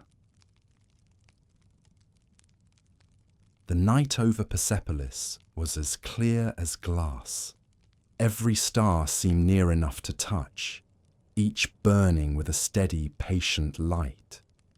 Between the columns of the terraces, oil lamps flickered like small echoes of the heavens above, reflections of a deeper fire that lived not only in stone altars, but in the hearts of those who tended them. Long before kings carved their names into cliffs, before gold crowns or palaces of marble, Persia's soul was already awake. It burned in the hush of the mountains, in the dawn songs of shepherds, in the whispered prayers spoken over the first morning flame. Even now, in the height of empire, that quiet devotion endured, older than any throne, gentler than any law. If you had walked through the city before sunrise, you would have found priests moving silently through the courtyards. Their white robes brushed the flagstones, soft as breath. They carried no idols, no carved images, only bundles of dry tamarisk and small brass vessels of sacred fire kept alive through the night. They stopped at each temple and knelt before the altars, shielding the flames from the wind with curved hands. When the first rim of sunlight touched the horizon, they fed the fire with new wood and bowed low. The light of heaven met the light of earth, and for a heartbeat, the two were one. To the Persians, this was no symbol. It was reality. Fire was not merely light. It was truth itself, the visible breath of Ahura Mazda, the Lord of Wisdom. The teachings of Zoroaster had long guided their hearts. No one knew exactly when the prophet lived. Some said 1,000 years before Cyrus, others much less. But all agreed that his words carried the clarity of dawn after a long night. He taught that the universe was a living choice, every moment balanced between Asher, order, honesty, creation, and Druj, chaos, deceit, destruction. Men and women were not helpless before the gods. They were participants in creation itself. Each act of kindness strengthened the light. Each lie gave power to the shadow. It was a faith not of fear, but of responsibility. To speak truth was a form of worship. To keep one's word was a prayer. To tend the flame, whether in a temple or a home, was to promise the world that goodness would not go out tonight. In the great fire temple beyond the terraces of Persepolis, that promise never ceased. The building stood apart from the palaces, simple, circular, open to the sky. At its centre burned a flame said to have been lit in Cyrus's time. The priests guarded it day and night, feeding it with dry wood from distant cedar forests. When it guttered low, the chief priest would whisper a hymn. O fire, child of the sun, carry our words to the light. May truth never hunger, may darkness never rest. The sound was low, rhythmic, almost like breathing. Pilgrims knelt around the circle, eyes half closed, their faces washed in gold. In that glow, differences dissolved. Noble and peasant, foreigner and native, all warmed by the same living flame. Can you see it? The heat rising softly in the cool dawn air, the murmur of prayer blending with the rustle of cypress leaves, the silence that follows when every voice falls still, a silence so deep it seems to hum. Each household kept its own small echo of that sacred light. At dusk, mothers lit a lamp near the doorway, whispering blessings for the children who slept within. Fathers offered a pinch of grain into the flame, thanking it for the warmth that had baked their bread, the glow that had guided them home from the fields. Children learned to bow before it with hands pressed together, not in fear, but in affection, as one might greet an old friend. There was comfort in the ritual's constancy. Whatever storm shook the world outside, this single act, striking flint, seeing the spark catch, reminded them that light could always return. In the courts of kings, religion and governance were never far apart. When Darius or Xerxes issued decrees, they began with the same invocation, by the favour of Ahura Mazda. Every law was a reflection of cosmic balance. To be unjust was to invite the lie. To rule fairly was to align with creation itself. Even taxation, trade, and architecture were seen as extensions of this divine order.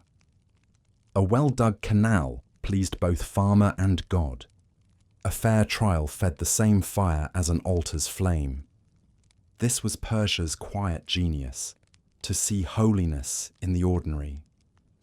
There was no boundary between sacred and daily life. Truth threaded through both like the hidden veins of water beneath the desert.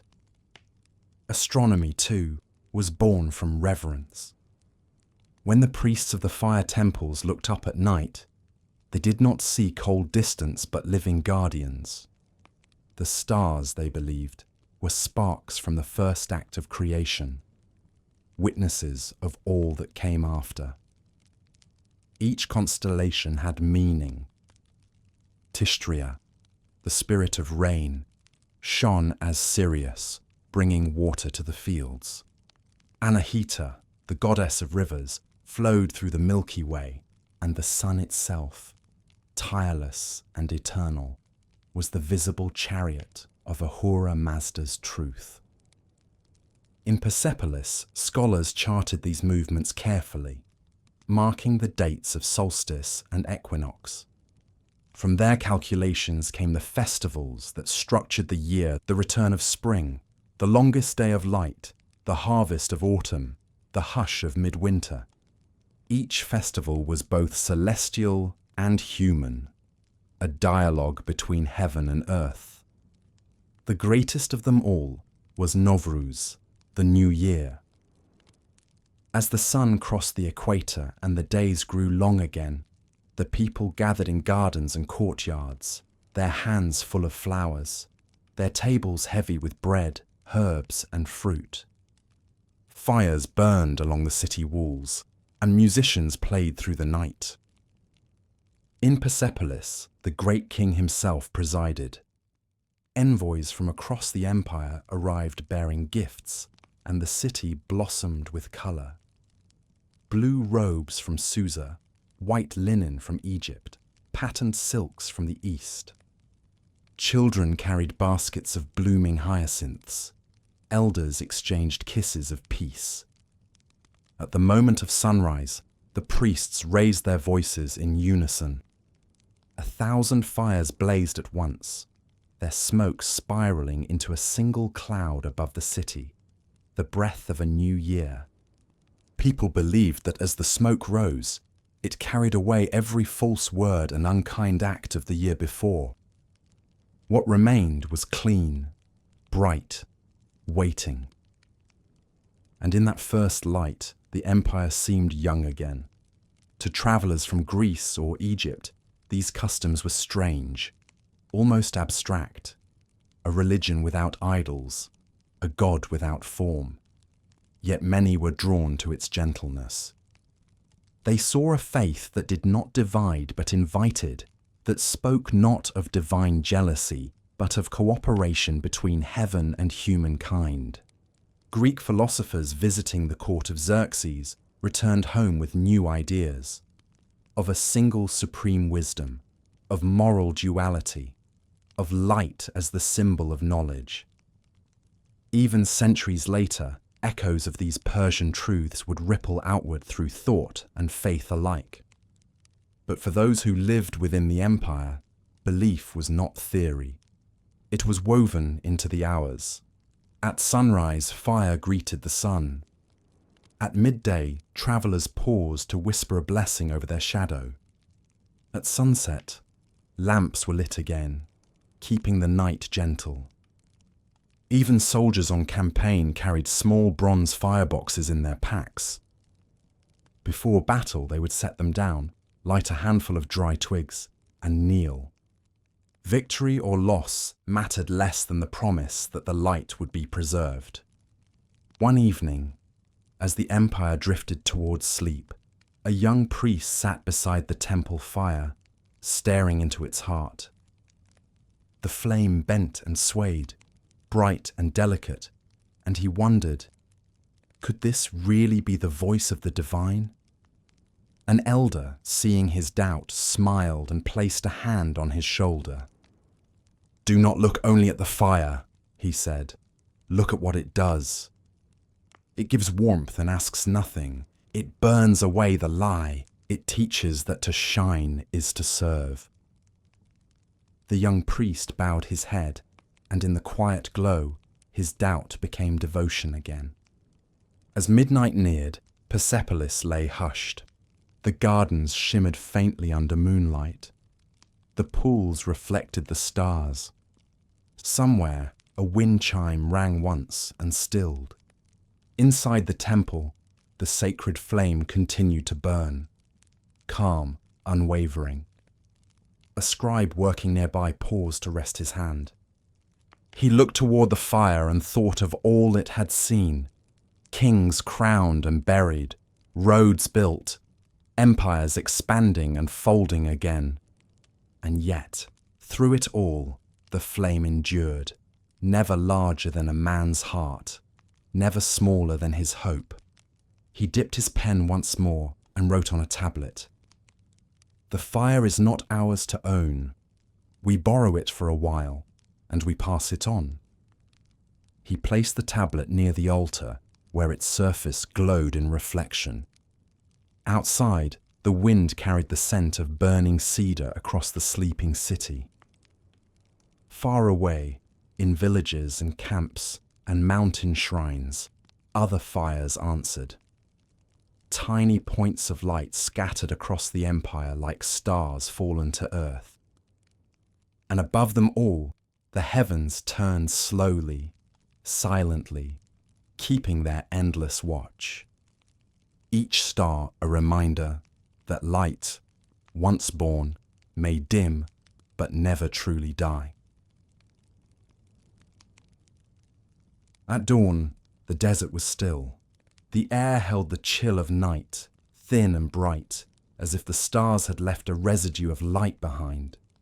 From the east came a low sound, the beat of hooves, distant at first, then growing. A single rider appeared along the horizon, his cloak snapping in the wind, the glint of bronze flashing where the sun touched his belt. He was one of Darius's messengers, a courier of the royal road. As he rode, the sun climbed higher and the road revealed itself, a ribbon of stone and packed earth stretching farther than the eye could see. From Susa to Sardis, through mountains, plains and valleys, it ran for nearly 3,000 kilometers, a thread binding the world together. To most, it was only a road. To Persia, it was breath itself, steady, constant, essential.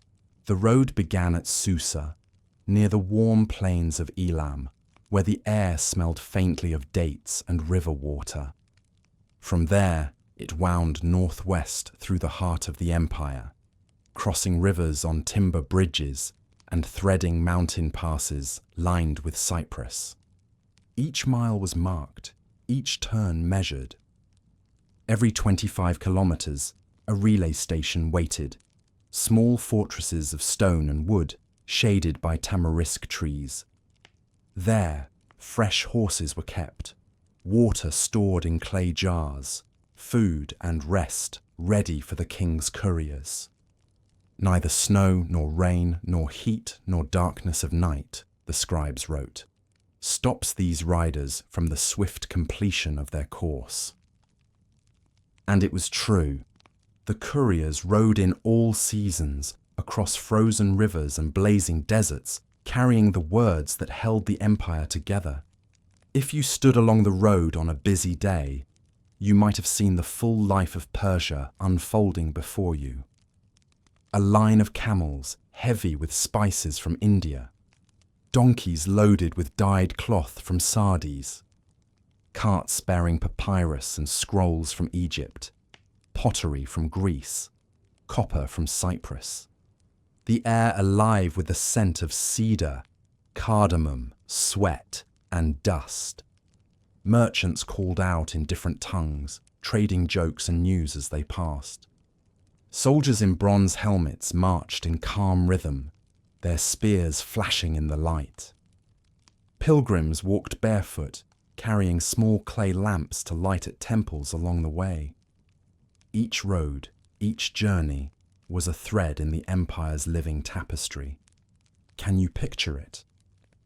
The hum of voices blending with the creak of wheels, the soft thud of hooves on packed earth, the shimmer of heat rising above the horizon, a music of movement, endless and alive. At night, when the travellers rested, the world grew quiet again. The stations became islands of light in the sea of darkness, fires burning behind stone walls, lamps glowing through thin fabric. Around the hearths, men and women from every land shared food and stories. A Greek merchant told of sea storms and marble temples. A Babylonian priest spoke of the stars. A Persian farmer recited verses about the first king who had tamed the wind. In the pauses between their voices, the desert sang. The long whistle of wind, the cry of an owl, the rustle of sand shifting like water. The fire's glow flickered across their faces, softening every difference.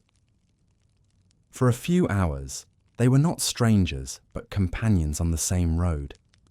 And when dawn came again, they went their separate ways, leaving only footprints that the wind soon erased. The royal road was more than a passage of goods. It was a passage of ideas. Through it, the empire learned to think as one. Mathematicians in Babylon exchanged numbers with astronomers in Persepolis. Doctors from Egypt travelled east to study Persian herbs. Artists from Ionia brought their marble techniques. Sculptors from Sogdia carried back stories of Persepolis's terraces. Even the languages themselves began to intertwine. Traders spoke in Aramaic, scribes in Old Persian, priests in the sacred tongue of Avestan, yet all could understand one another through gesture, rhythm, and shared courtesy. It was said that a Persian could travel from the mountains of Armenia to the plains of India without once fearing robbery or hunger. Such was the promise of the king's peace, the invisible law that rode beside every traveller. Sometimes, along the road, shrines stood at crossroads, small altars of stone with a flame burning day and night. Couriers would dismount and offer a grain of incense or a coin before continuing. It was not superstition, but gratitude, an acknowledgement of the road's spirit, the unseen guardians who kept the way clear. One story tells of a messenger who rode from Sardis to Susa in only 9 days, an impossible feat, even by Persian standards. When asked how he had endured without rest, he smiled and said, "I did not ride alone. The wind carried me." Perhaps he was right. For those who travelled it often, the royal road felt alive, as if it remembered each step, each heartbeat, each word spoken upon it. The road had no voice, but it listened, and in that listening, there was protection. For Darius and the kings who followed him, the road was the empire's greatest mirror. It showed not only wealth, but will, the discipline that made distant lands neighbours, the rhythm that turned space into order. Messengers carried more than decrees. They bore gifts, treaties, and sometimes secrets. A letter written in Persepolis could reach the Western Sea faster than an army could march half its way. And at the end of every route, a scribe would record the delivery, his hand steady, his words precise. The message has reached the king. Those records still survive, clay tablets marked in 3 languages, bearing the quiet pulse of a system so well made that even time itself hesitated to undo it. The royal road also became the empire's memory. When kings died, their funerals followed it. When new rulers rose, their proclamations travelled the same path. It was said that even the dust along its edges was sacred, for it held the trace of every step that had ever walked it. Travellers believed that to journey upon the road was to walk within the veins of the earth itself, to feel beneath the soles of one's feet the heartbeat of creation. Each mile carried both weight and comfort, a reminder that the world was vast, but connected. Imagine, for a moment, a day in the life of one of the couriers, a young man, his horse sleek and restless, the seal of the great king at his belt. He rises before dawn, eats a small meal of flatbread and figs, and sets off as the sky turns from violet to gold. He rides through quiet fields, past shepherds tending their flocks, past caravans still breaking camp. At midday, the air shimmers with heat. The scent of wild thyme fills his lungs. He stops only long enough to change horses at a station, to drink a mouthful of water from a clay jar, to whisper a short prayer to the fire that burns in every outpost. By nightfall, he reaches the next post, signs his mark upon a wax tablet, and collapses into sleep beneath the open sky. He dreams of home, of his mother's voice, of the small oil lamp that waits for him by her doorway. When he wakes, the stars are fading. He mounts again and rides. His life is a line drawn across the empire, one hoofbeat after another. And though history will never record his name, the peace of millions depends upon his motion. By the time the reign of Xerxes began, the royal road had become more than infrastructure. It was legend. Children in faraway villages could trace its course in the dust. Poets sang of it as a serpent of gold coiling across the world, carrying messages between gods and men. It was the first artery of globalization, though no one then would have called it that. It was simply the way by which the world breathed in rhythm with itself. At dusk, when the couriers returned to Susa, they dismounted at the stables beside the palace and washed their hands in cool water. The air smelled of horses and cedar oil. They removed their belts, bowed to the fire in the courtyard, and handed the sealed messages to the waiting scribes. The last light of day turned the walls of the city rose gold, and the hum of the marketplace faded into stillness. One courier lingered a moment longer. He looked back at the road stretching west, a long, dusty line vanishing into the glow of the setting sun. He smiled faintly, as if hearing something distant, the soft thunder of hooves, the whisper of wind over stone, the echo of languages blending into one. He whispered a small prayer. May the road never sleep. May it carry truth faster than fear. Then he turned, walking toward the palace gates as night gathered above him. As darkness fell, the road did not fade. It shimmered under moonlight, pale and endless, the breath of the empire still moving through it, unseen, unbroken. And somewhere, far along its length, another rider stirred, mounting his horse, feeling the pulse beneath him. He set off into the starlit silence, his shadow stretching long behind him. Above, the constellations burned steady, patient guardians of all travellers. Below, the road wound through valleys and deserts, through the memory of every footstep ever taken upon it. And so, the empire lived, not through conquest or crowns, but through connection, through the steady exchange of word and will, of trust and time. In the end, the royal road was not just a marvel of engineering, it was a symbol, a quiet truth carved across the earth itself, that every voice, no matter how far, can find its way home when there is light enough to guide it. The night before the coronation was windless. Persepolis slept beneath a veil of silver moonlight, its terraces silent except for the soft hiss of torches in the courtyards. Somewhere a flute played, distant, wistful, and the sound drifted upward through the columns of the palace until it seemed to merge with the stars. In a quiet chamber near the centre of it all, Xerxes stood alone. Before him, upon a stone table, burned a small flame, steady, golden, alive.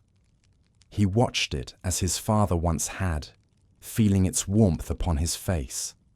In that glow, he could almost see the reflection of every king before him. Cyrus, Darius, the long, unbroken line of hands that had held the empire steady. He whispered the same prayer they had spoken, the one taught by the Magi.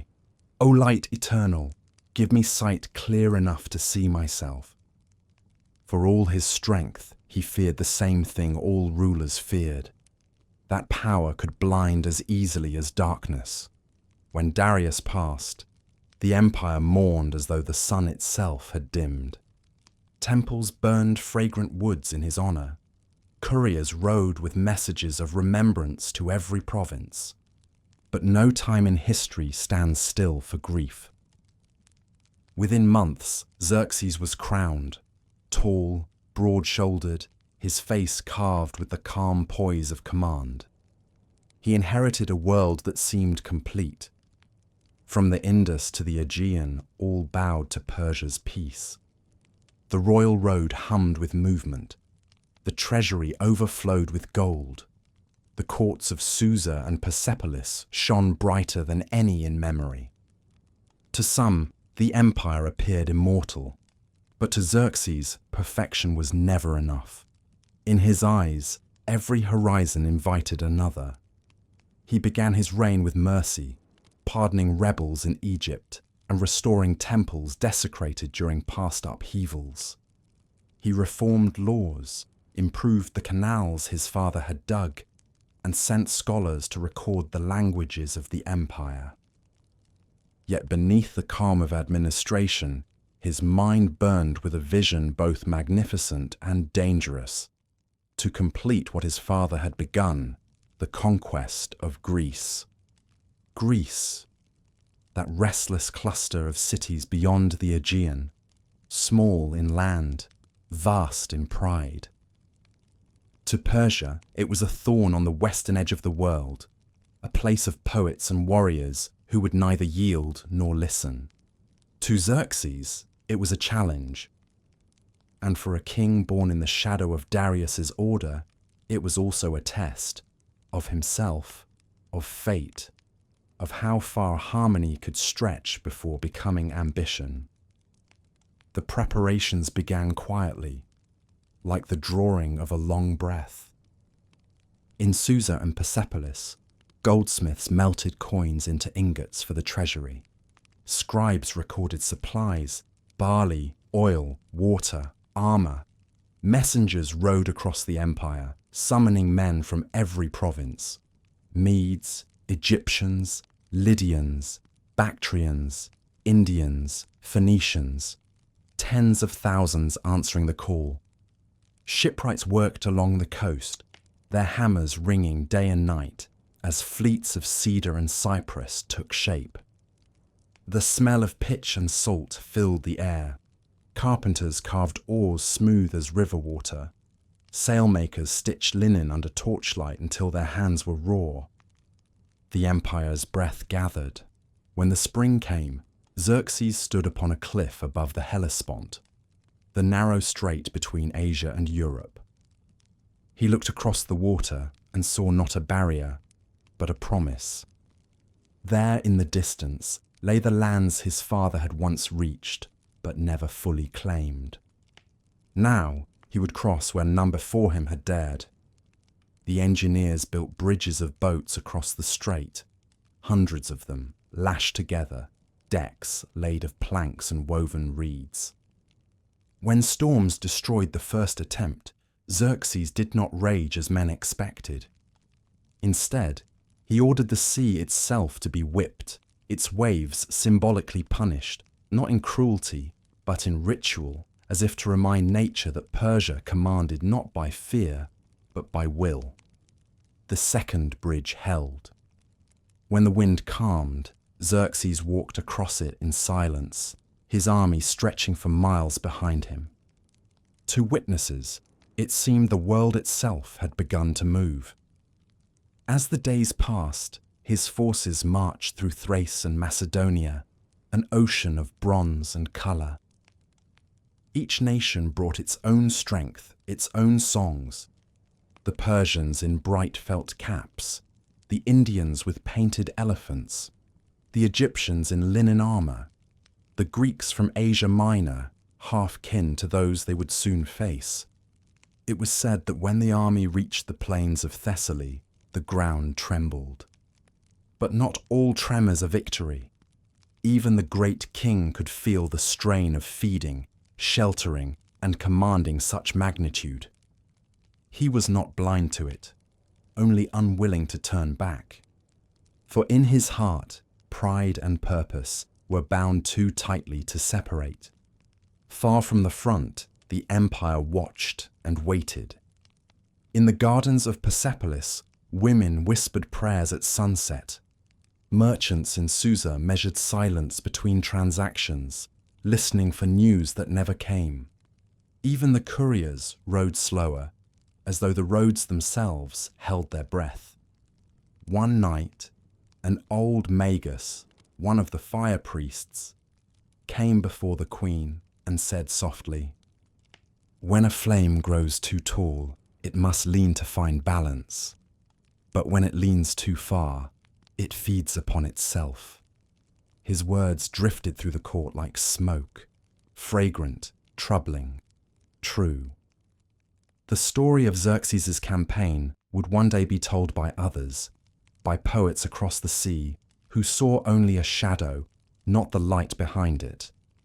They would speak of Thermopylae and Salamis, of the narrow pass where Spartan soldiers stood like stones against the tide, and of the sea where Persian ships met ruin in a storm of wind and fire. But here, beneath the quiet of a Persian night, those battles are softened, stripped of their clash and cry, and seen instead for what they were, a lesson in the limits of grandeur. For all his armies and his brilliance, Xerxes learned that even the widest empire cannot hold the human spirit by force. Freedom, in every heart, seeks its own shape, whether in a farmer's peace or a soldier's defiance. When news of defeat reached him, he did not rage. He sat in silence for a long time, his gaze turned toward the west where the sun sank each evening. The empire still stretched farther than any before it, still prospered, still sang. Yet something within him changed, a weight lifted, or perhaps accepted. He returned to Persepolis not in shame, but in reflection. The city welcomed him with the same calm grace as ever, the scent of cypress, the echo of fountains, the faithful fires still burning. He walked through its terraces alone at dusk, listening to the wind between the columns. In that sound, he heard not loss, but the whisper of truth, that no man, not even a king of kings, can hold the horizon in his hands. Years passed. The wars faded into memory. The empire breathed again in peace. Xerxes turned his focus to what would endure.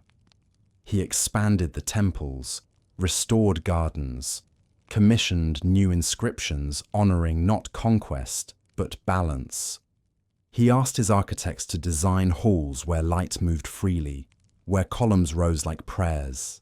He became slower to anger, quicker to listen. Even his courtiers noticed. The once fierce commander had grown contemplative, gentler in speech. In his later years, he spent more time in the gardens than in the throne room. There, among the roses, he found the same stillness his father had once known. Can you imagine him there? A man who had commanded the greatest army on earth, now kneeling to watch a bee settle on a petal. He breathes deeply, the scent of myrrh and soil filling his chest. The wind moves through the trees. The flame on a distant altar flickers. He murmurs to his attendants, "The empire is like this garden. We plant, we water, we tend. But the bloom belongs to the world." They write his words down, though they seem too simple for the weight of history.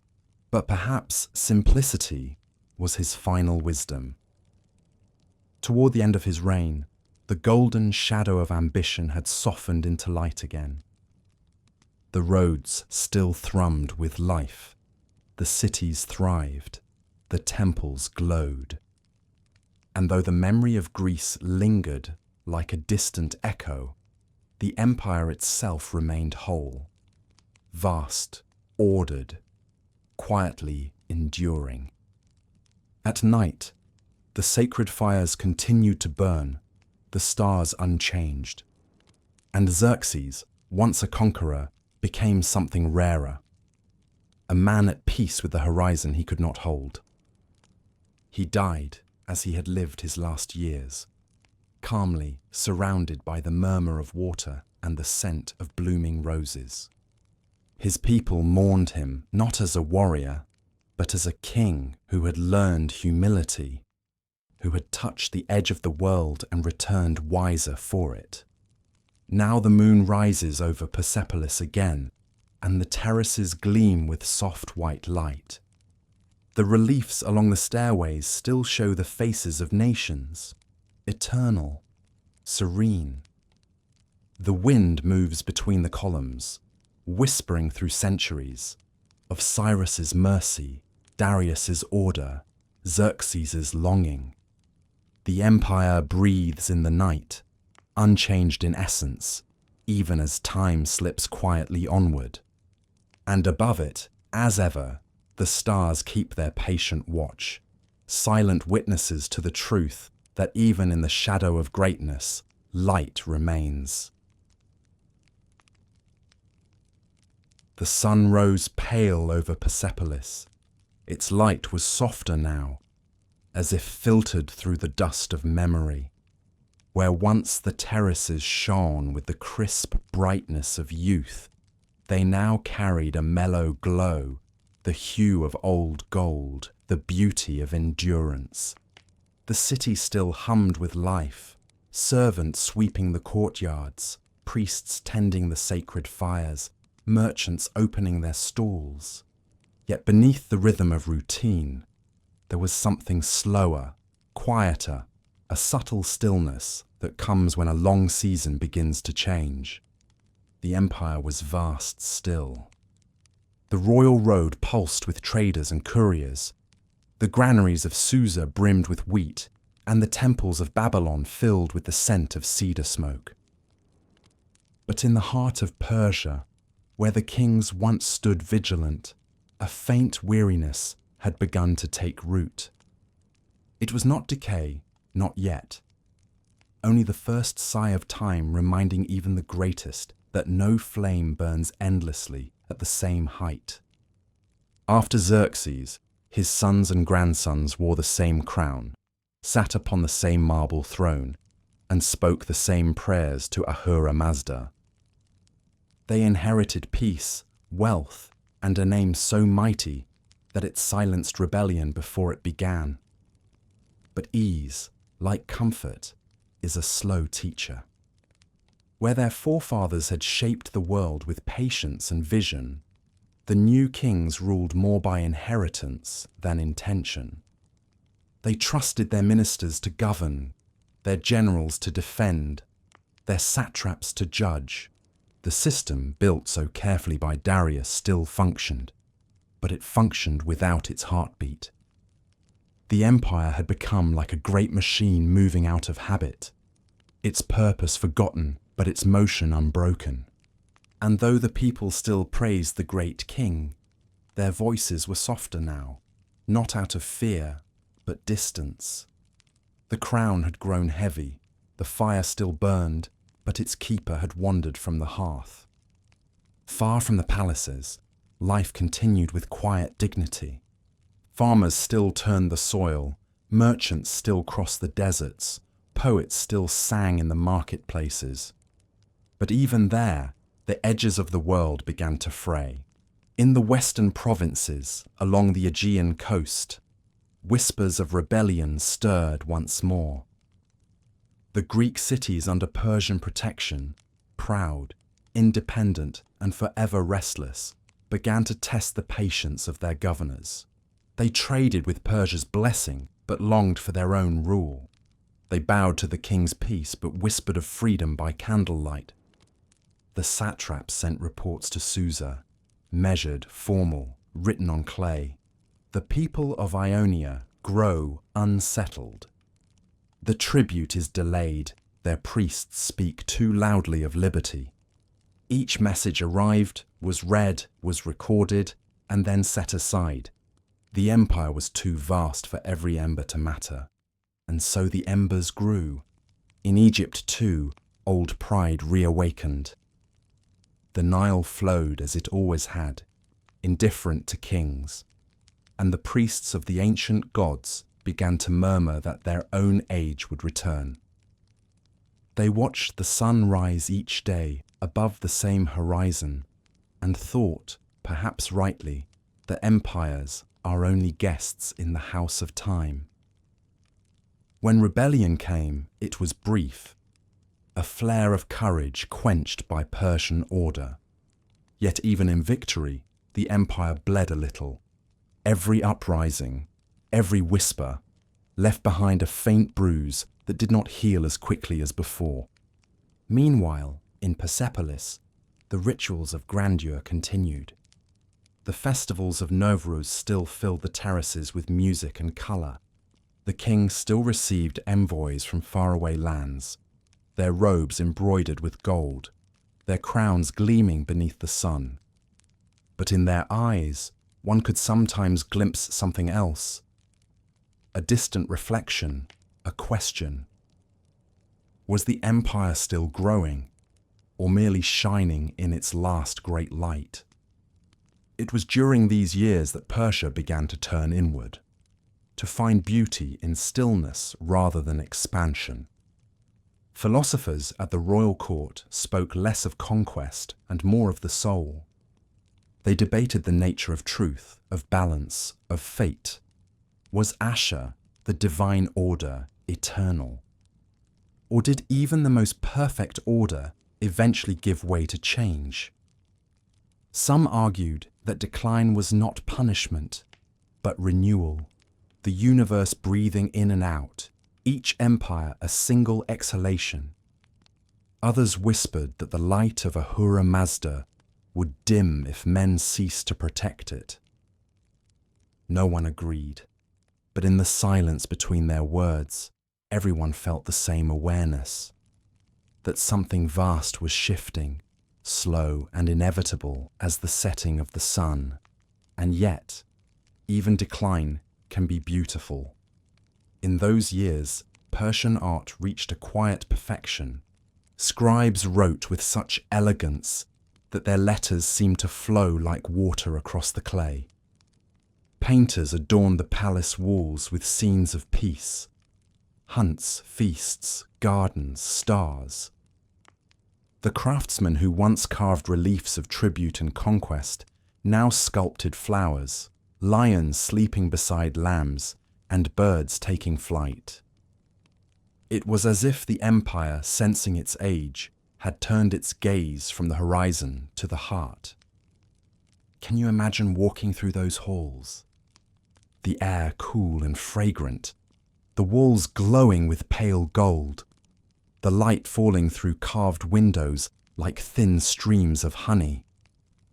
Every sound softened, the quiet footsteps of servants, the gentle hiss of burning oil, the faraway murmur of fountains.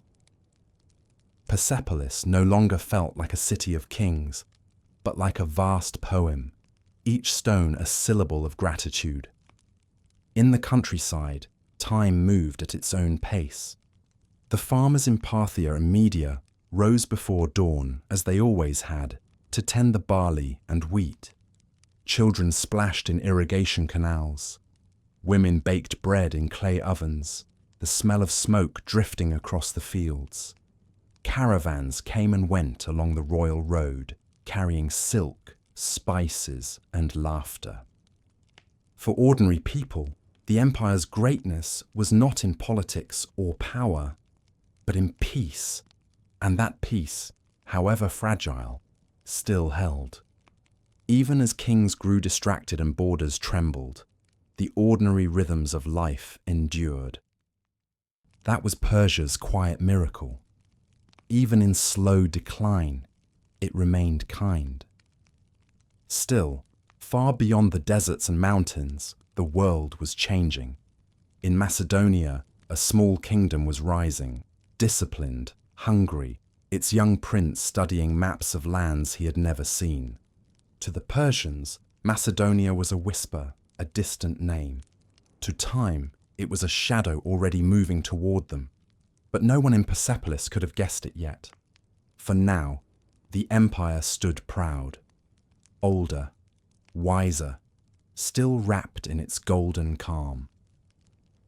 The fires burned, the roads thrummed, the temples sang. If decline had begun, it wore the mask of tranquility. One evening, a poet came before the king and offered a verse written on soft parchment. He bowed low and read aloud. The river that once carved the mountain now glides gently to the plain. It does not mourn its swiftness, for it has learned the music of ease. The court was silent when he finished. Some thought it a warning, others a comfort. The king smiled faintly as if he understood both. Years folded upon years. The names of the rulers changed, but their reigns blurred together, Artaxerxes, Darius again, Xerxes again. Each inherited the same vast world, each added a little and lost a little. Some were kind, some were cruel, all were human, and slowly, imperceptibly, the empire's edges began to fade. The satraps grew more independent, their loyalty tied to coin rather than conviction.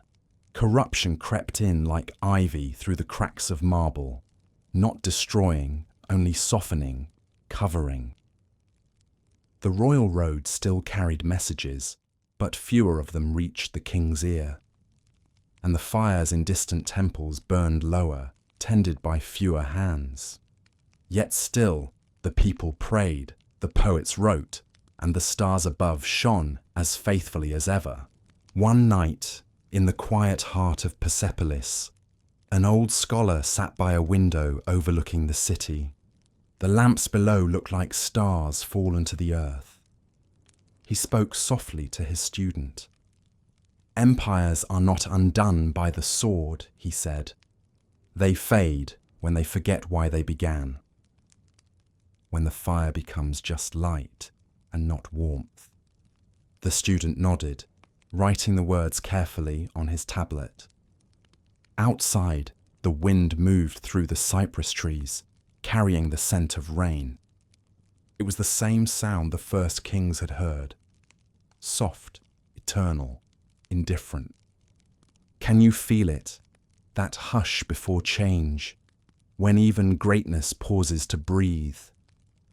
The empire of Persia, once blazing, now glowed like an ember, beautiful still, but cooling. It did not fall in one moment.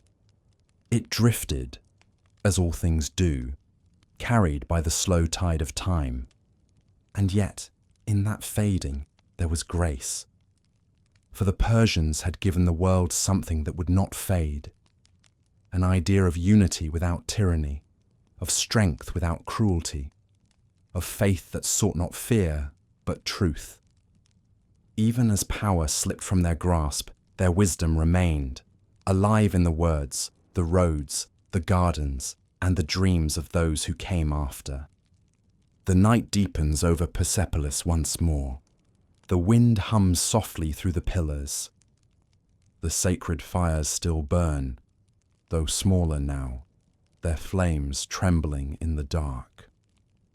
Somewhere, a scribe writes by lamplight, his stylus scratching gently against the clay. He pauses, looks up at the stars, and whispers. Everything changes, but light, even when it flickers, still knows the way home. And the empire sleeps, suspended between what was and what will be. The turning tide, slow and quiet, carrying it onward into the arms of history. Morning drifts softly over the plateau, carried on a wind that smells of mint and dust. In the east, the sun lifts like a golden coin, round and calm above the line of hills. Its first light touches orchards, rooftops, and rivers, a quiet benediction spread across the land once ruled by kings. The palaces of Persepolis still stand, half shadow, half memory. But beyond their terraces, life continues in smaller rhythms. The creak of a water wheel, the call of a shepherd, the laughter of children chasing a hoop along a dusty road. Empires may wane, yet mornings like this return forever unchanged. In a village near Pasargadae, the fields stretch wide and green. The air hums with the voices of farmers calling to their oxen. Women bend among rows of barley, their bracelets glinting in the sun. Men repair dikes with wet clay that smells of rain and river silt. Each gesture is slow, deliberate, woven with patience learned from generations. A little boy carries a wooden bowl to the stream. He kneels, fills it carefully, and watches the ripples run outward. A small reflection of the royal road itself, he does not yet know, connecting all things through movement and care. At the edge of the field, an old man stands beneath a fig tree. He leans on his staff and watches the horizon. Once he was a messenger on that great road. Now he measures distance by the length of a day's labour, by the flight of cranes over the valley. The world has grown smaller, but no less beautiful. By midday, the gardens bloom. Persia's genius for cultivation has turned the desert generous. Channels carved through rock carry water from faraway springs, feeding orchards of apricot and pomegranate, roses thick as silk. These paradisa, the walled gardens, give the world its later word, paradise. Each garden is a poem written in symmetry. 4 paths crossing at the centre, 4 streams meeting where a single tree grows. The tree is often a cypress, slender and patient, its green against the sky a reminder of constancy amid change. Can you see it?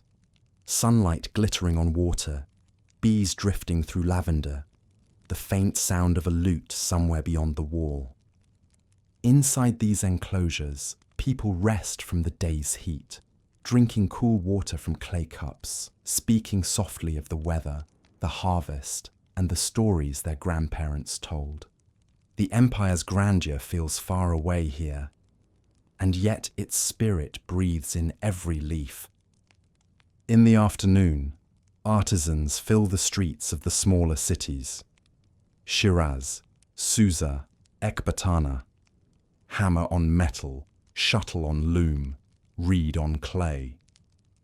Goldsmiths trace patterns of vines onto bracelets. Potters paint lotus flowers on jars. Weavers knot carpets whose designs echo the very gardens outside their doors. Each craft is a memory of order, a quiet continuation of Darius's symmetry, translated from stone to thread. As they work, the artisans talk of trade, of children, of the rising cost of indigo. They argue, they laugh, they sing under their breath. Their art, like their laughter, travels beyond borders, a gentler ambassador than any envoy could be. When the day cools, markets awaken. The smell of baked bread drifts through the lanes. Lamps flicker to life, gold against the violet dusk. Merchants arrange figs, nuts, and honey on their stalls. A musician plays a small hand drum. A storyteller gathers a circle of listeners, his voice warm and low. He tells of Cyrus, the shepherd who became a king, how he freed captives, how even his enemies wept at his mercy. Children lean closer, their eyes wide. Old men nod, remembering the stories as they were told to them in their own youth. When the tale ends, the storyteller smiles and says, "Empires fall, but goodness walks on 2 feet and sleeps beneath any roof." The crowd murmurs approval. Coins change hands, the drum resumes its steady beat. History here is not written in stone, it is breathed, shared, and passed along like bread. Beyond the cities, the nomads still move across the plains. Tribes of herders whose tents rise and fall with the seasons. Their flocks scatter like white clouds across the hills. At night, their fires glow in the dark, small mirrors of the constellations above. A traveller riding past might hear the echo of a flute, a melody so old it feels woven into the stars themselves. The song tells of journeys, of longing, of the comfort of returning home. In every verse is the same refrain. The world is vast, but the sky belongs to all. They sing it softly so the sheep will not startle. The words drift upward and vanish into the night wind, joining 1,000 other prayers whispered by farmers, artisans, and kings alike. Somewhere in the mountains of Media, A small fire temple glows against the dusk. Inside, 2 priests tend the eternal flame. Their robes are patched and plain, their voices are quiet, reciting hymns older than the empire. O fire, friend of the just, may our hearts burn clear as yours. Around them, the world has changed, borders redrawn, rulers forgotten. But the light on their faces is the same that once touched the walls of Persepolis. Outside, snow lies in thin lines along the peaks. When the wind rises, it carries a trace of ash down into the valleys, a breath of memory no storm can erase. In Susa, scholars still work by lamplight. They copy poems onto parchment, translate histories, record the movements of the stars. Their libraries smell of ink, leather, and time. A young student reads aloud from a scroll written a century before. Let none destroy what the just have made. Let each word be a bridge to the next. He pauses, closes the scroll, and looks through the window at the night sky. He thinks of how many kings have come and gone, and how words alone seem to endure. He dips his pen again and continues the chain, line after line, as steady as the turning of the heavens. Farther north, in a small village by the Caspian Sea, the people prepare for Mergen, the festival of the harvest. Bonfires crackle along the shore. Children toss handfuls of dried petals into the flames. The sea glows orange, reflecting the firelight. Fishermen bring baskets of their catch. Women lay out rice, pomegranates, and wine. They dance in circles, their shadows moving like waves across the sand. An old woman begins a song of thanksgiving, not to kings or gods alone, but to the year itself. For the hands that sowed, for the rain that came in, for the sun that stayed. The chorus grows as others join, until the whole village hums with the sound. The song drifts over the water and fades into the dark, where stars ripple in the sea like living embers. Can you feel it? This gentle heartbeat beneath the grand silence of history. The empire may have loosened its grasp, but its spirit still moves through these gardens and songs. The people have learned what every age must learn, that greatness is not only built, but lived, in kindness, in patience, in the tending of small fires that keep the night warm. A carpenter teaching his son to carve a straight line, a mother lighting a lamp at sunset, a poet writing of rain. Each of them is the empire now. They are the quiet continuation of a vision first dreamed beneath these same stars. Night settles again over the plateau. The wind moves through the cypress trees, soft and unhurried.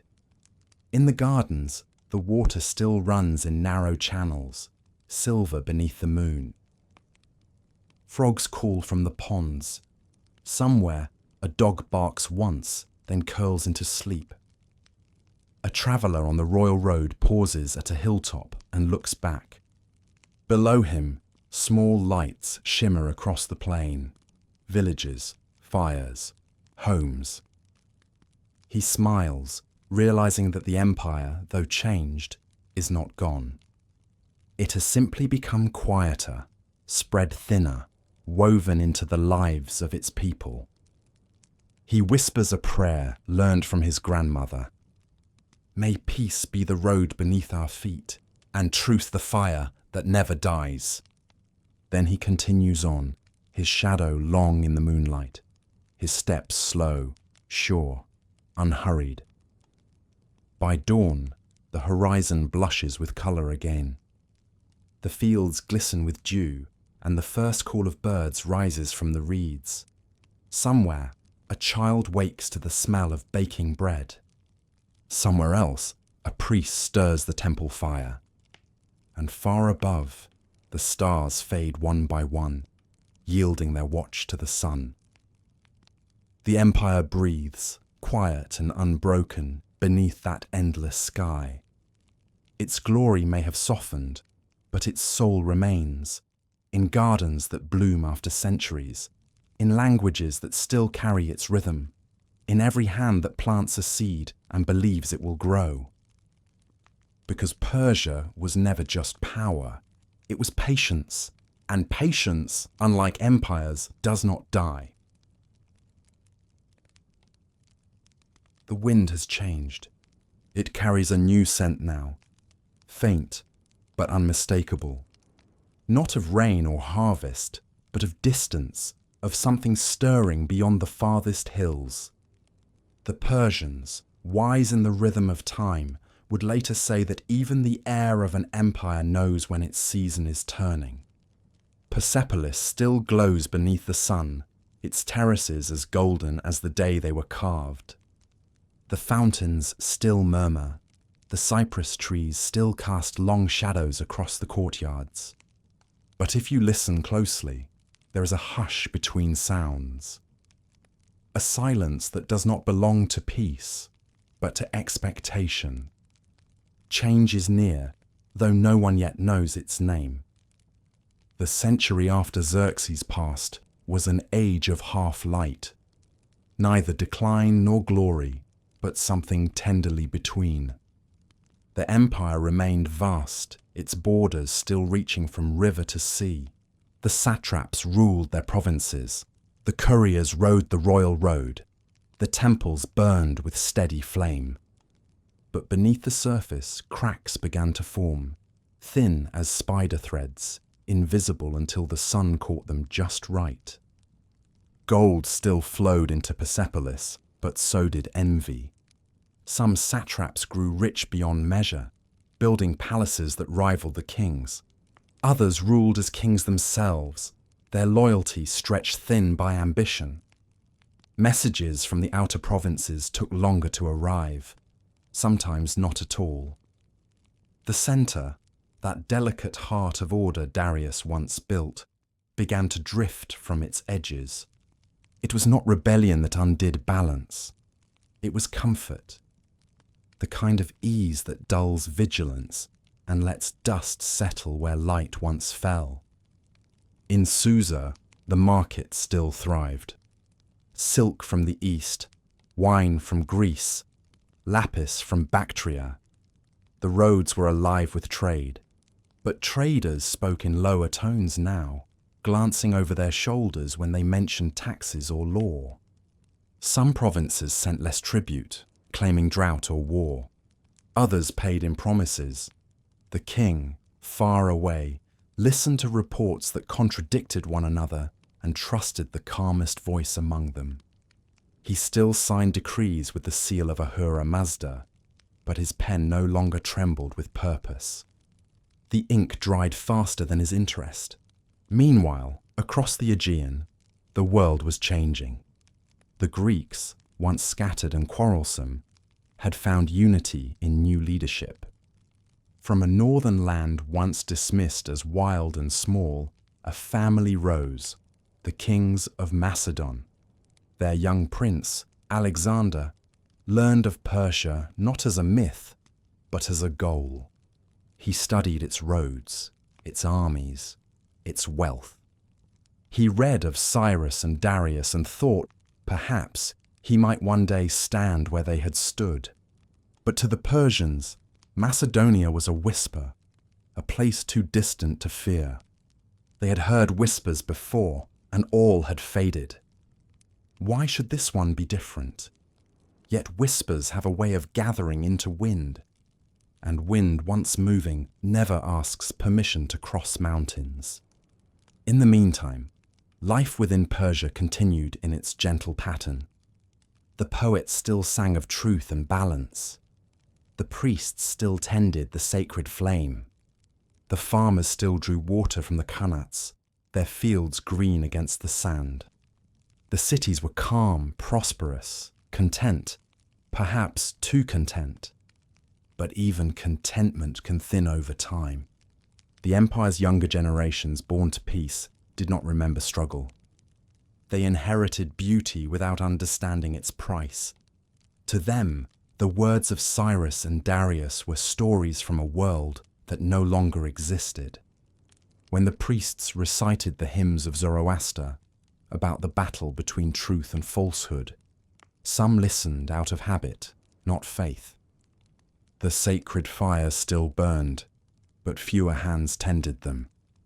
Even light, left unattended, grows tired. One evening, a travelling scribe arrived at Persepolis from the eastern provinces. He carried a tablet wrapped in linen, marked with a seal of wax. It was a report of unrest, nothing dramatic, only bandits raiding caravans near Bactria, a local satrap requesting reinforcements. The messenger delivered it with bowed head. But in the king's court, the matter was brushed aside. Too small to concern an empire so large. The messenger lingered that night in the city's outer quarters. He drank water from a stone basin, looked up at the terraces glowing in torchlight and thought, "They do not see how the world is tilting." But his words vanished into the wind. The next morning he rode out again, and no one remembered his name. In the royal gardens, the water still ran. Roses bloomed as they always had. The air was sweet with myrrh and jasmine.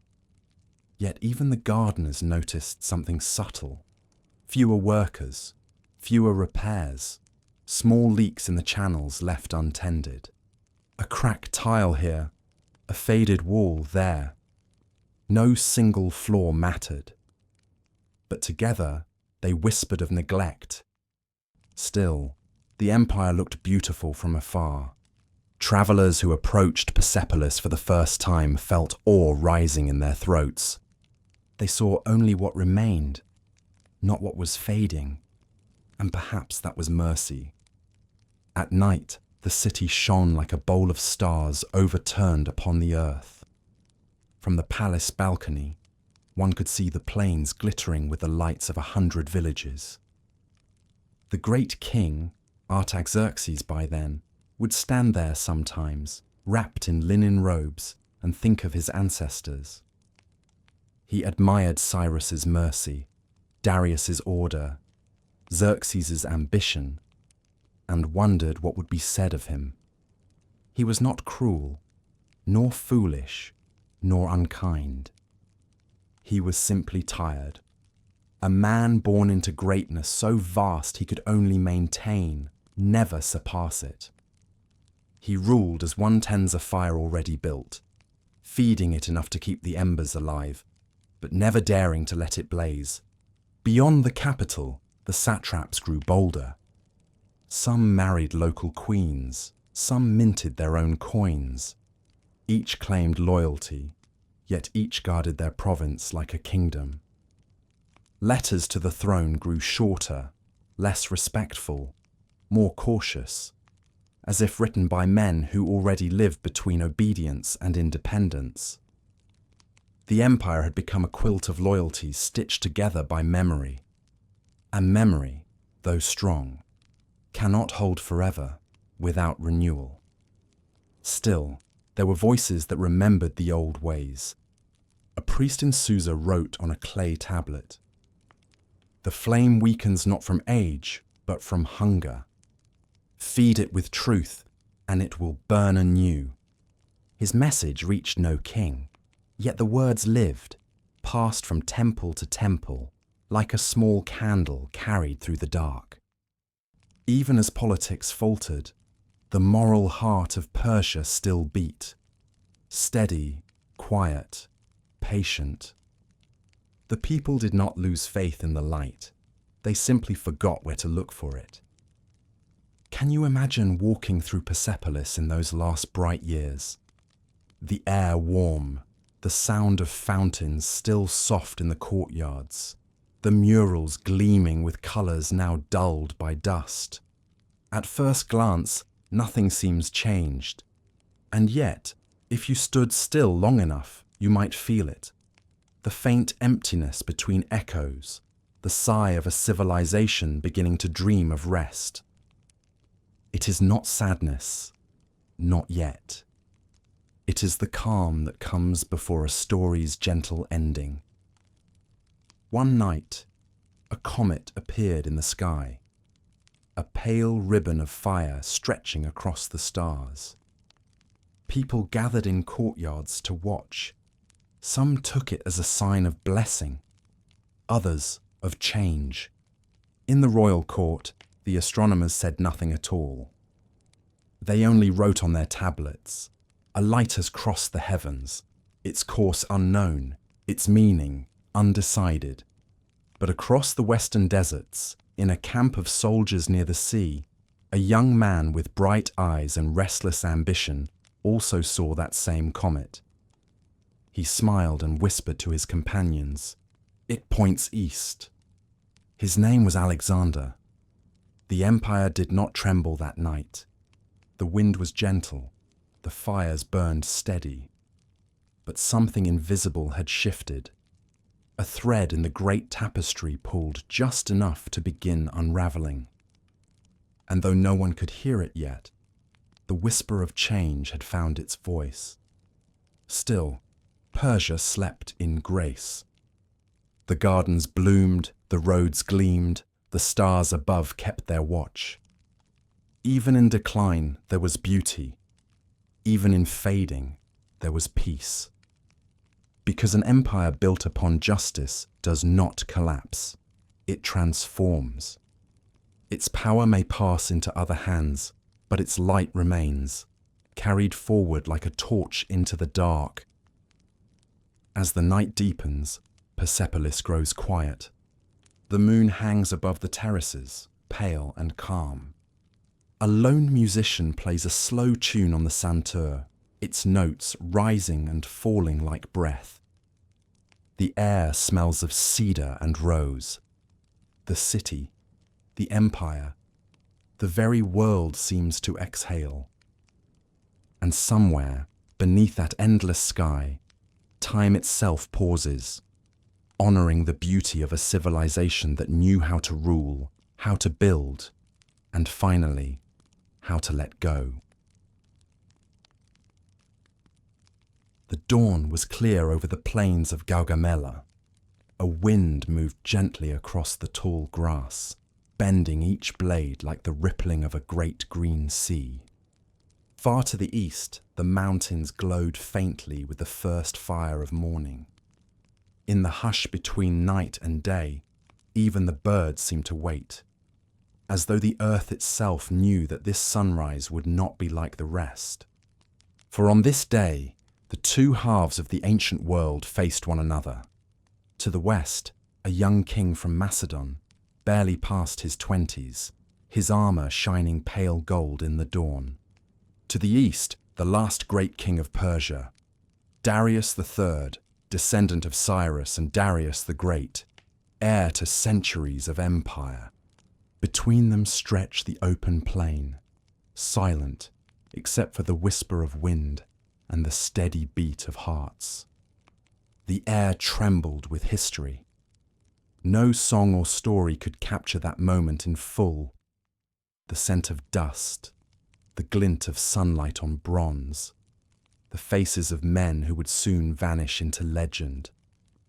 But if one looked closely, it was not hatred that filled the space between them. It was inevitability. One empire had reached its horizon, another was only beginning its dawn. Darius's army stretched wide, an ocean of banners and colour. Persians, Bactrians, Scythians, Egyptians, Medes, the gathered spirit of 1,000 years. Alexander's men were fewer, but their formation was tight, their hearts bound by faith in the star that led them east. He rode along their front line, his white horse Persepolis tossing its mane in the morning light. He raised his hand, and silence fell. Some said he smiled, not in arrogance, but in awe of what he faced. For even the conqueror knew that he was standing before something greater than war, the meeting of two dreams. When the battle began, it was like the breaking of a wave. Dust rose, horns blared, and for hours the plain was swallowed by the roar of men and motion. But here, in this telling, the noise softens. The swords are only symbols. The clash fades into rhythm. The sound becomes that of history shifting, slow, immense, unstoppable. By dusk, the plain lay quiet again. The sun sank red behind the hills. The armies were gone. The world had turned. Darius fled eastward, wounded, his banner trailing in the wind. Behind him, the roads of Persia lay open, and the young king from the west followed, not in vengeance, but in destiny. It is said that when Alexander entered Babylon, the gates opened for him without resistance. No city burned, no temples fell. The priests of Marduk met him at the gate and laid garlands at his feet. The people bowed not in fear, but in weary respect, for even they knew the world had shifted, and fighting the tide would not stop its flow. Alexander ordered the temples restored, the fires rekindled, the sacred rites continued. He bowed before the statue of Marduk and spoke softly to the priests. "I am not here to destroy, but to inherit." And in that simple phrase, two civilizations touched hands across time. From Babylon, he moved to Susa, then Persepolis, the shining city that had watched 100 kings pass beneath its gates. By the time his army approached, the city was still and silent. The courtiers had fled. The priests waited in white robes by the altars. The wind carried the faint scent of myrrh and memory. Alexander dismounted before the gate of all nations. He looked up at the winged bulls carved in stone, their faces serene, timeless. He walked forward slowly, his armor whispering against itself. Behind him, his generals waited, expecting command, pillage, seizure, victory. But for a long time, he said nothing. He walked the same stairways Darius once climbed, his hand brushing the carvings of nations, bringing gifts to the great king. He paused before the reliefs, tracing the outlines with his fingers. The Ethiopians with ivory, the Lydians with gold, the Bactrians leading camels. He turned to his men and said quietly, almost to himself, "Look how they carved peace into stone." No one replied. The air was too full of ghosts. That night, Persepolis shone with lamplight once more. Alexander sat in the great hall beneath its high columns, the same hall where kings had once received the world. The torches flickered, casting long shadows that danced across the reliefs. Wine was poured, songs were sung. Yet beneath the music, there was melancholy, the strange sadness of standing inside another man's dream. He admired the city's beauty, but also its weight. For every stone seemed to whisper, "We were built to endure." Outside, the wind rose, carrying the scent of cedar and desert. Some say it was that wind, restless and old, that fed the flames which would soon consume the city. No one knows exactly how Persepolis burned. Some say it was accident, a spark from a torch in drunken celebration. Others say it was order, a symbolic gesture, the young world claiming its place over the old. But in the end, fire is both destroyer and purifier. The flames caught the banners first, then the wooden beams. They rose high into the night, painting the columns in gold and crimson. The city glowed like a second sun. The scent of burning cedar filled the air, mingling with the smoke of ancient incense. The soldiers stood in silence, watching. Some wept. Even Alexander, they said, turned away and whispered, "What have we done?" For in that light, he saw not victory, but the vanishing of something sacred. the closing of an age. When dawn came, the city still smoked. Ash lay upon the stones like snow. But even through the haze, the carvings endured, the faces of nations, the lions and lotus flowers, blackened but unbroken. Persepolis had burned, yet somehow it remained. Alexander walked among the ruins. He touched the warm stone, bowed his head, and spoke a final prayer to Ahura Mazda. Then he ordered the surviving priests to tend the sacred fires, to let them burn as before. He gave coin for the rebuilding of temples, decreed that the gardens be replanted. He told his men, "This land has known greatness. Let it not remember us as thieves, but as guests." For months he stayed among the Persians, learning their customs, wearing their robes, listening to their philosophers. He adopted their ways not out of conquest, but admiration. He saw in them a reflection of the order he sought, a unity that ruled by wisdom rather than fear. The Persians too came to see him not merely as invader, but as successor. They called him Shahanshah, King of Kings, the same title once spoken for Cyrus and Darius.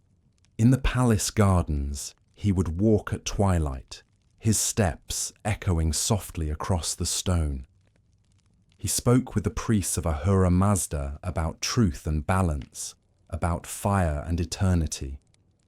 He watched the stars from the terrace, where Persian kings once prayed and whispered, "Perhaps this was what I was meant to find, not empire but understanding."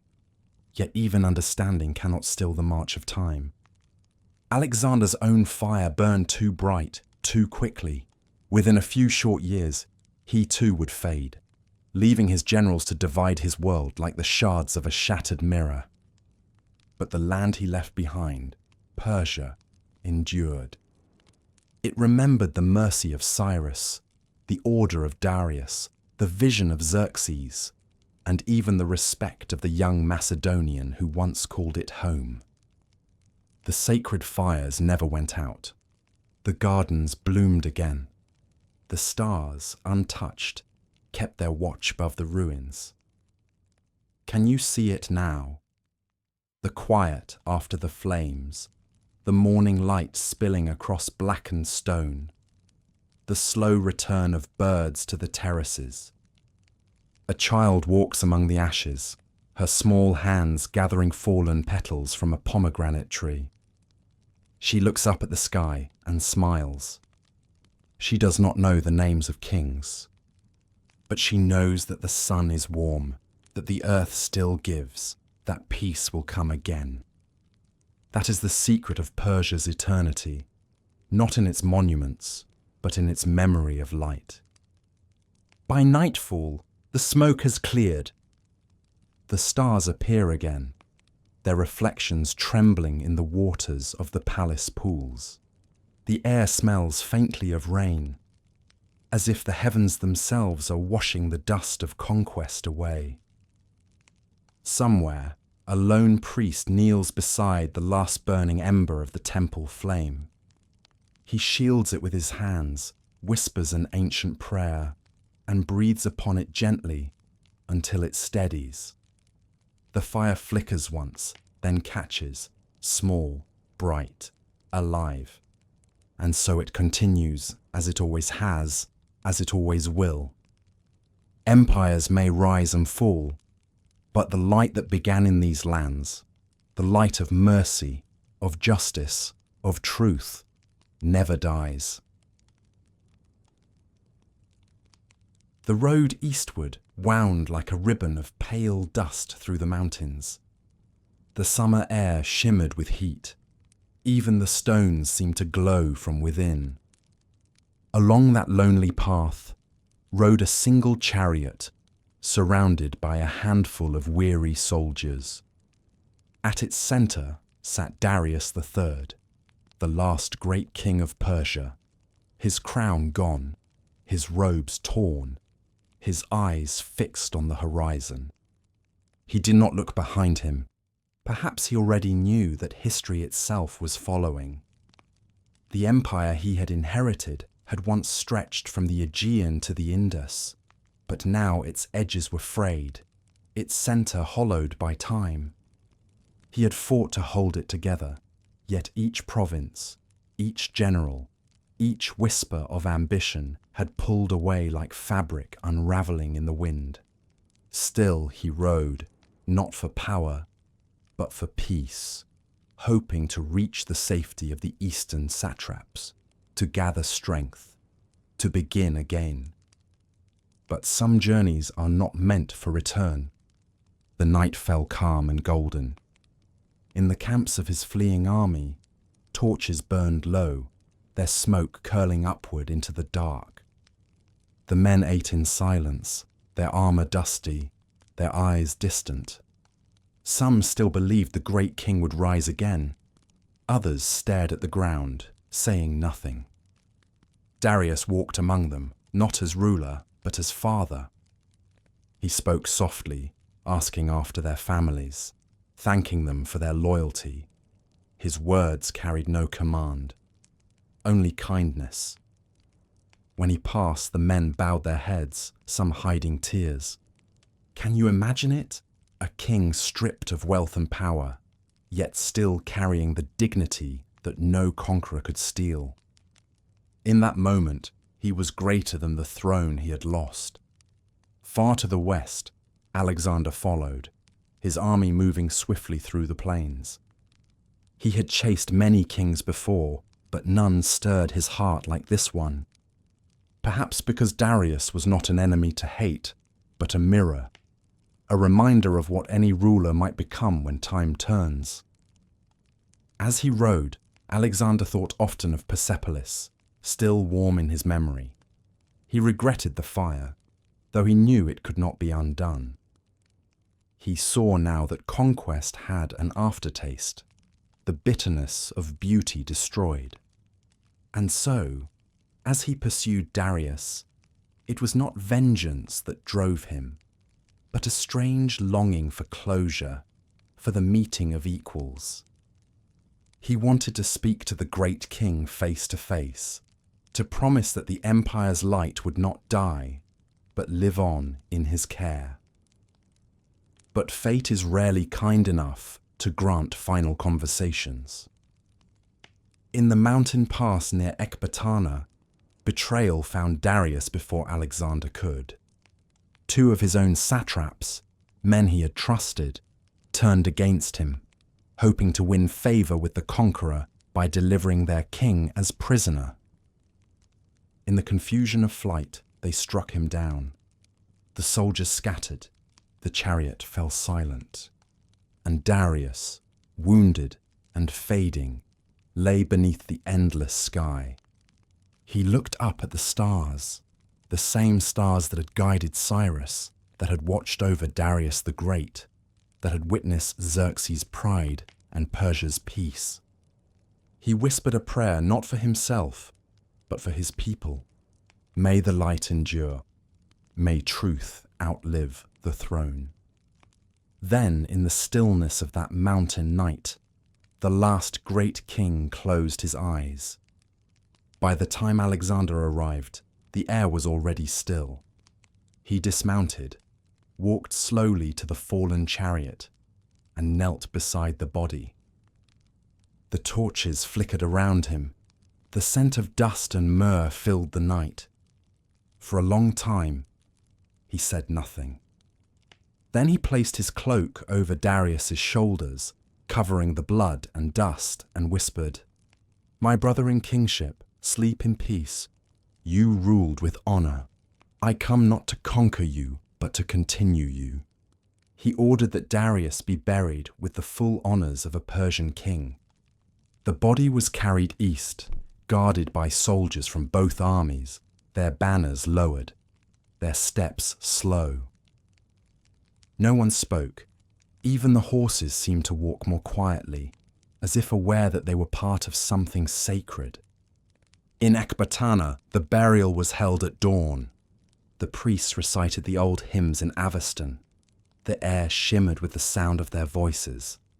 They lit a new flame beside the tomb, bright, pure, eternal, and spoke the ancient words, "From fire we come. To fire we return. May the flame remember the name of Darius." Alexander stood apart, his head bowed. When the ritual ended, he turned to his generals and said, "No man may claim mastery over such a people. We can only join their story." And with those words, the age of Persia's kings ended. But their spirit found a new home in the heart of the man who had once been their rival. Afterward, Alexander wore Persian robes of white linen and gold. He adopted the title Shahanshah, King of Kings. At first, his Macedonian companions murmured in disapproval, but he silenced them gently. "If I am to rule their world, I must understand it. To rule without respect is to rule in shadow." He married Roxana, a woman of Bactria, whose eyes, it was said, held the colour of the dawn. He invited Persian nobles to his court, placed satraps back in power, and kept the royal road alive with trade and message. In his halls, Greek philosophers debated with Persian priests. Wine and wisdom flowed in equal measure. And slowly, a new harmony began to form. Not east against west, but east and west, hand in hand. In the cities, people learned to speak new words without forgetting the old ones. The markets filled again, the temples reopened. The sacred fires, which had never fully gone out, now burned brighter. Life, patient and enduring, continued. A traveller walking the royal road might not have noticed the change. The inns still offered bread and water. The couriers still galloped through dust and light. But if he looked closely, he would have seen something subtle. Greek coins beside Persian ones, olive oil traded for silk, young men from two worlds laughing together by the roadside. Empires like rivers blend more easily than they fight. In Babylon, Alexander built his new capital. He filled its streets with scholars, poets, and artisans from every land he ruled. He ordered the archives of Persia to be translated into Greek, preserving their wisdom for generations to come. He sat often in the evenings by the Euphrates, watching the reflections of lamps tremble on the water, thinking of the kings before him. He said once to his scribe, "They called me conqueror, but I think I have been conquered instead, by their light."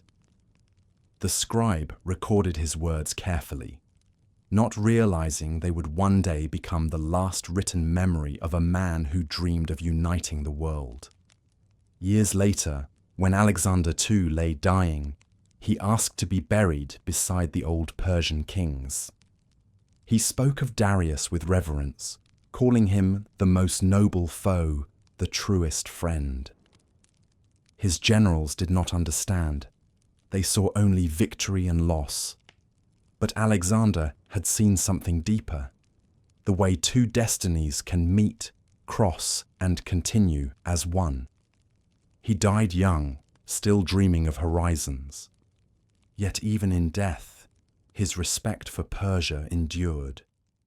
The cities he founded across the east, Alexandria by the Nile, Alexandria by the Oxus, became bridges where Greek and Persian thought met and merged. And through those bridges, the wisdom of the empire walked quietly into the ages. Can you imagine that quiet after the storms of history? The world exhaling at last, the fires burning low but steady, the night sky clear again. The stars above Persia looked down upon a land changed but not broken. They had watched kings rise and fall, armies march and vanish, cities burn and bloom again. Now they watched a peace that felt like memory returning home. Somewhere in a small temple near Pasargadae, an old priest tended the eternal flame. He had served since his youth, through the reigns of 3 kings. His hair was white now. His hands shook as he fed the fire, but the flame steadied, brightening under his touch. He whispered, "Cyrus, Darius, Xerxes, and now the Macedonian, all have gone. Yet still, the fire remembers." The wind outside carried his words through the night, across the quiet plains, through the ruins and the gardens and the mountains, until they became part of the air itself, the breath of a world that refuses to forget. By morning, the first light touched the tombs of the kings at Nakshi Rustam. Their faces, carved in stone, glowed with gold. No banners, no guards, no crowns, only sunlight and silence. The swallows circled overhead, their wings flashing silver. Below, wildflowers grew between the stones, their petals trembling in the wind. The empire had ended, but the land was still beautiful. And beauty, like faith, has its own kind of power. If you stand there now, you can still feel it. The echo of footsteps, the hum of voices long gone. The wind smells of sage and sand. The sky stretches wide, impossibly blue. And somewhere in that vast stillness, you can almost hear a whisper. Empires pass, light remains. It is the voice of Darius, perhaps, or of Alexander, or of every soul that ever believed that goodness could outlast glory. And in that whisper lies the truth Persia left to the world, that strength tempered by mercy endures far beyond stone or crown. The night is wide again over the Iranian plateau. The stars hang steady, silent watchers above a land that has carried every age upon its back. Wind moves softly through the cypress groves, rustling the leaves as if they were pages in an endless book. The earth here remembers. It remembers footsteps, soldiers, merchants, kings, the steady rhythm of history passing through. It remembers the ring of chisels carving names into stone, the laughter of builders, the murmured prayers of priests beside sacred fires. And though empires have come and gone, though their banners have long turned to dust, the land itself has never slept. It breathes still, quietly, endlessly. Centuries have passed since the great kings walked these roads, yet their presence lingers like the scent of rain after a storm. The tombs at Nakshi Rustam stand carved into the cliffside, each doorway leading not to silence, but to memory. The inscriptions, though worn by wind and time, still whisper, "By the grace of Ahura Mazda, I ruled with justice." Tourists walk there now, slow, respectful, their footsteps echoing softly through the valley. They raise their eyes to the carvings and feel, even for a moment, that they are standing in the breath of something eternal. The air hums faintly, as if the world itself is remembering how to pray. Across the country, ruins bloom with wildflowers. Persepolis lies open beneath the sun, its columns pale as bone, its terraces warm beneath the touch of time. Lizards bask on the stone where kings once stood. The wind moves through the empty doorways like a voice returning home. If you listen closely, you can almost hear it. The faint murmur of languages long gone, the echo of sandals on marble, the music of flutes carried by invisible air. It is not mourning that fills the place, but calm. For Persepolis did not die. It merely changed shape, from city to memory, from power to peace. Travelers who visit the plateau at dusk often say that the light feels different here. It softens without fading, as though the sun is reluctant to leave. The sky glows with shades of rose and amber. The hills turn purple at their edges. Somewhere, a shepherd calls to his flock, and the sound travels across miles of stillness. It is in these quiet moments that the spirit of Persia reveals itself most clearly, not in conquest or ceremony, but in endurance. Everything here endures: the stone, the wind, the rhythm of prayer, the gentle belief that truth is not lost even when it sleeps. After Alexander, many rulers came: the Seleucids, the Parthians, the Sassanids, each adding new verses to the old song. New temples rose, new roads were built. Zoroastrian fire temples burned beside shrines of other faiths. Later, the crescent moon joined the flame, and Islam brought its own light to the land. But beneath every new belief, the same pulse remained: the Persian love of order, beauty, and wisdom. Even as centuries unfolded, the essence didn't vanish. The art, the poetry, the gardens, the hospitality, all of it carried the quiet memory of the empire that once dreamed of harmony. The kings were gone, but their gentleness had entered the people's hands. A weaver in Shiraz still ties knots in patterns older than written history. A poet still begins his verse with a prayer for balance. A mother still lights a lamp at dusk and whispers, "May truth be clear tonight." The flame is smaller now, but it is everywhere. Can you see it? The way the old empire lives in the simple rituals of today. When Iranians gather for Nowruz, setting their tables with water, wheat, mirrors, and fire, they are keeping Cyrus's promise that renewal comes without conquest, that peace begins at home.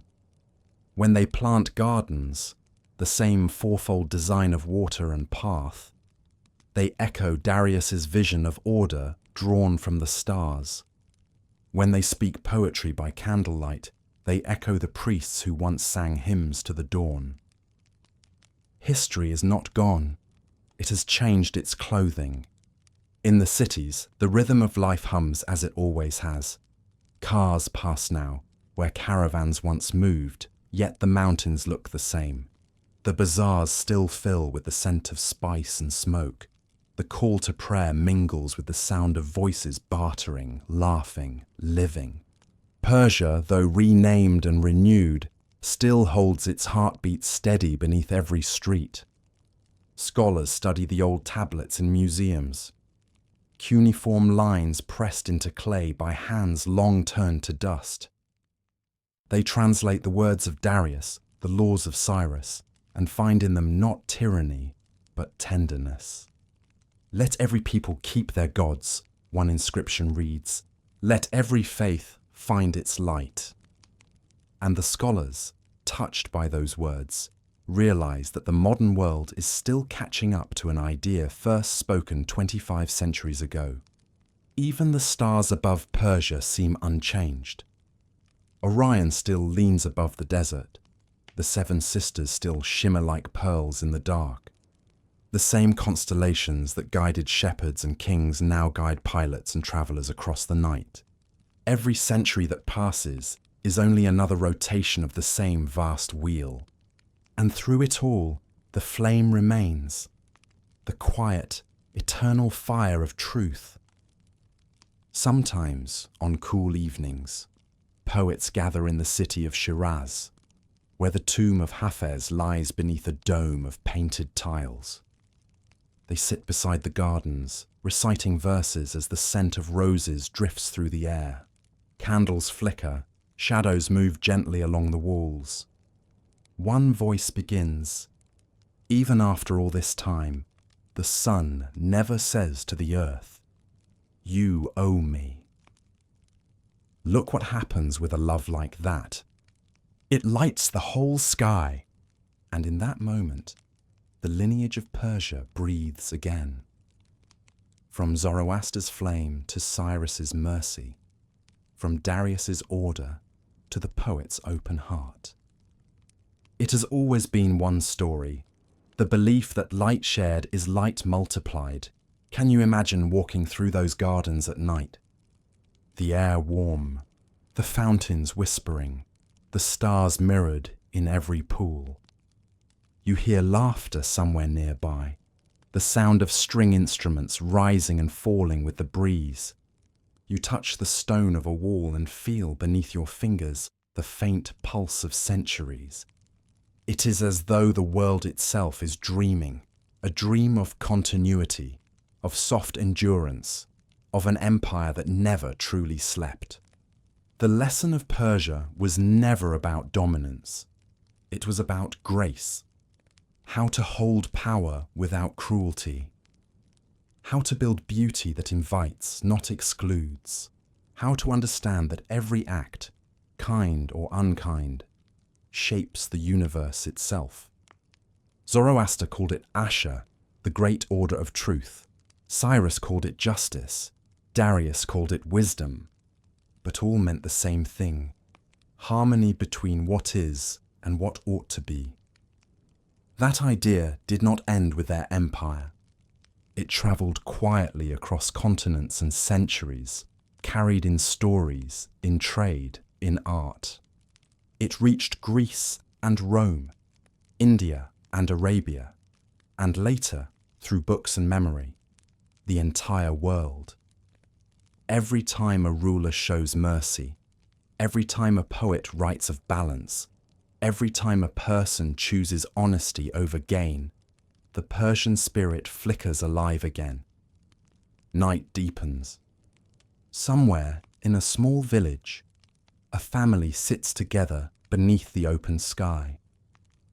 They eat, they talk softly, they tell stories their ancestors told, of wise kings, brave queens, faithful stars. A child falls asleep in her mother's arms. The glow of a small oil lamp dancing across her face. The wind moves through the trees, and the lamp's flame bends but does not go out. The empire sleeps within her, not as territory, but as peace. At the edge of the desert, where the ruins of Persepolis meet the plain, the wind carries whispers through the columns. If you stand there as the sun sets, the shadows lengthen like the hands of time. You may think you hear voices, faint, layered, endless, speaking in a dozen languages, all saying the same thing. We are still here. And they are, in every kindness, in every act of patience, in every quiet light that endures the dark. Persia lives. So, let the night close in. Let the stars shimmer above the sleeping earth. Let the empire rest, not in stone, but in spirit. Because the truth of history is this: no greatness ever truly dies when it is born of wisdom. It only changes form, from kingdom to culture, from fire to light, from name to breath. And so the Persian Empire, though gone, never slept. It dreamed instead, through ages, through hearts, through the endless turning of time. Listen to the faint echo of ancient footsteps fading into the stars. They are not marching to war. They are walking home. And above them, as always, the light of Persia burns on, gentle, patient, eternal.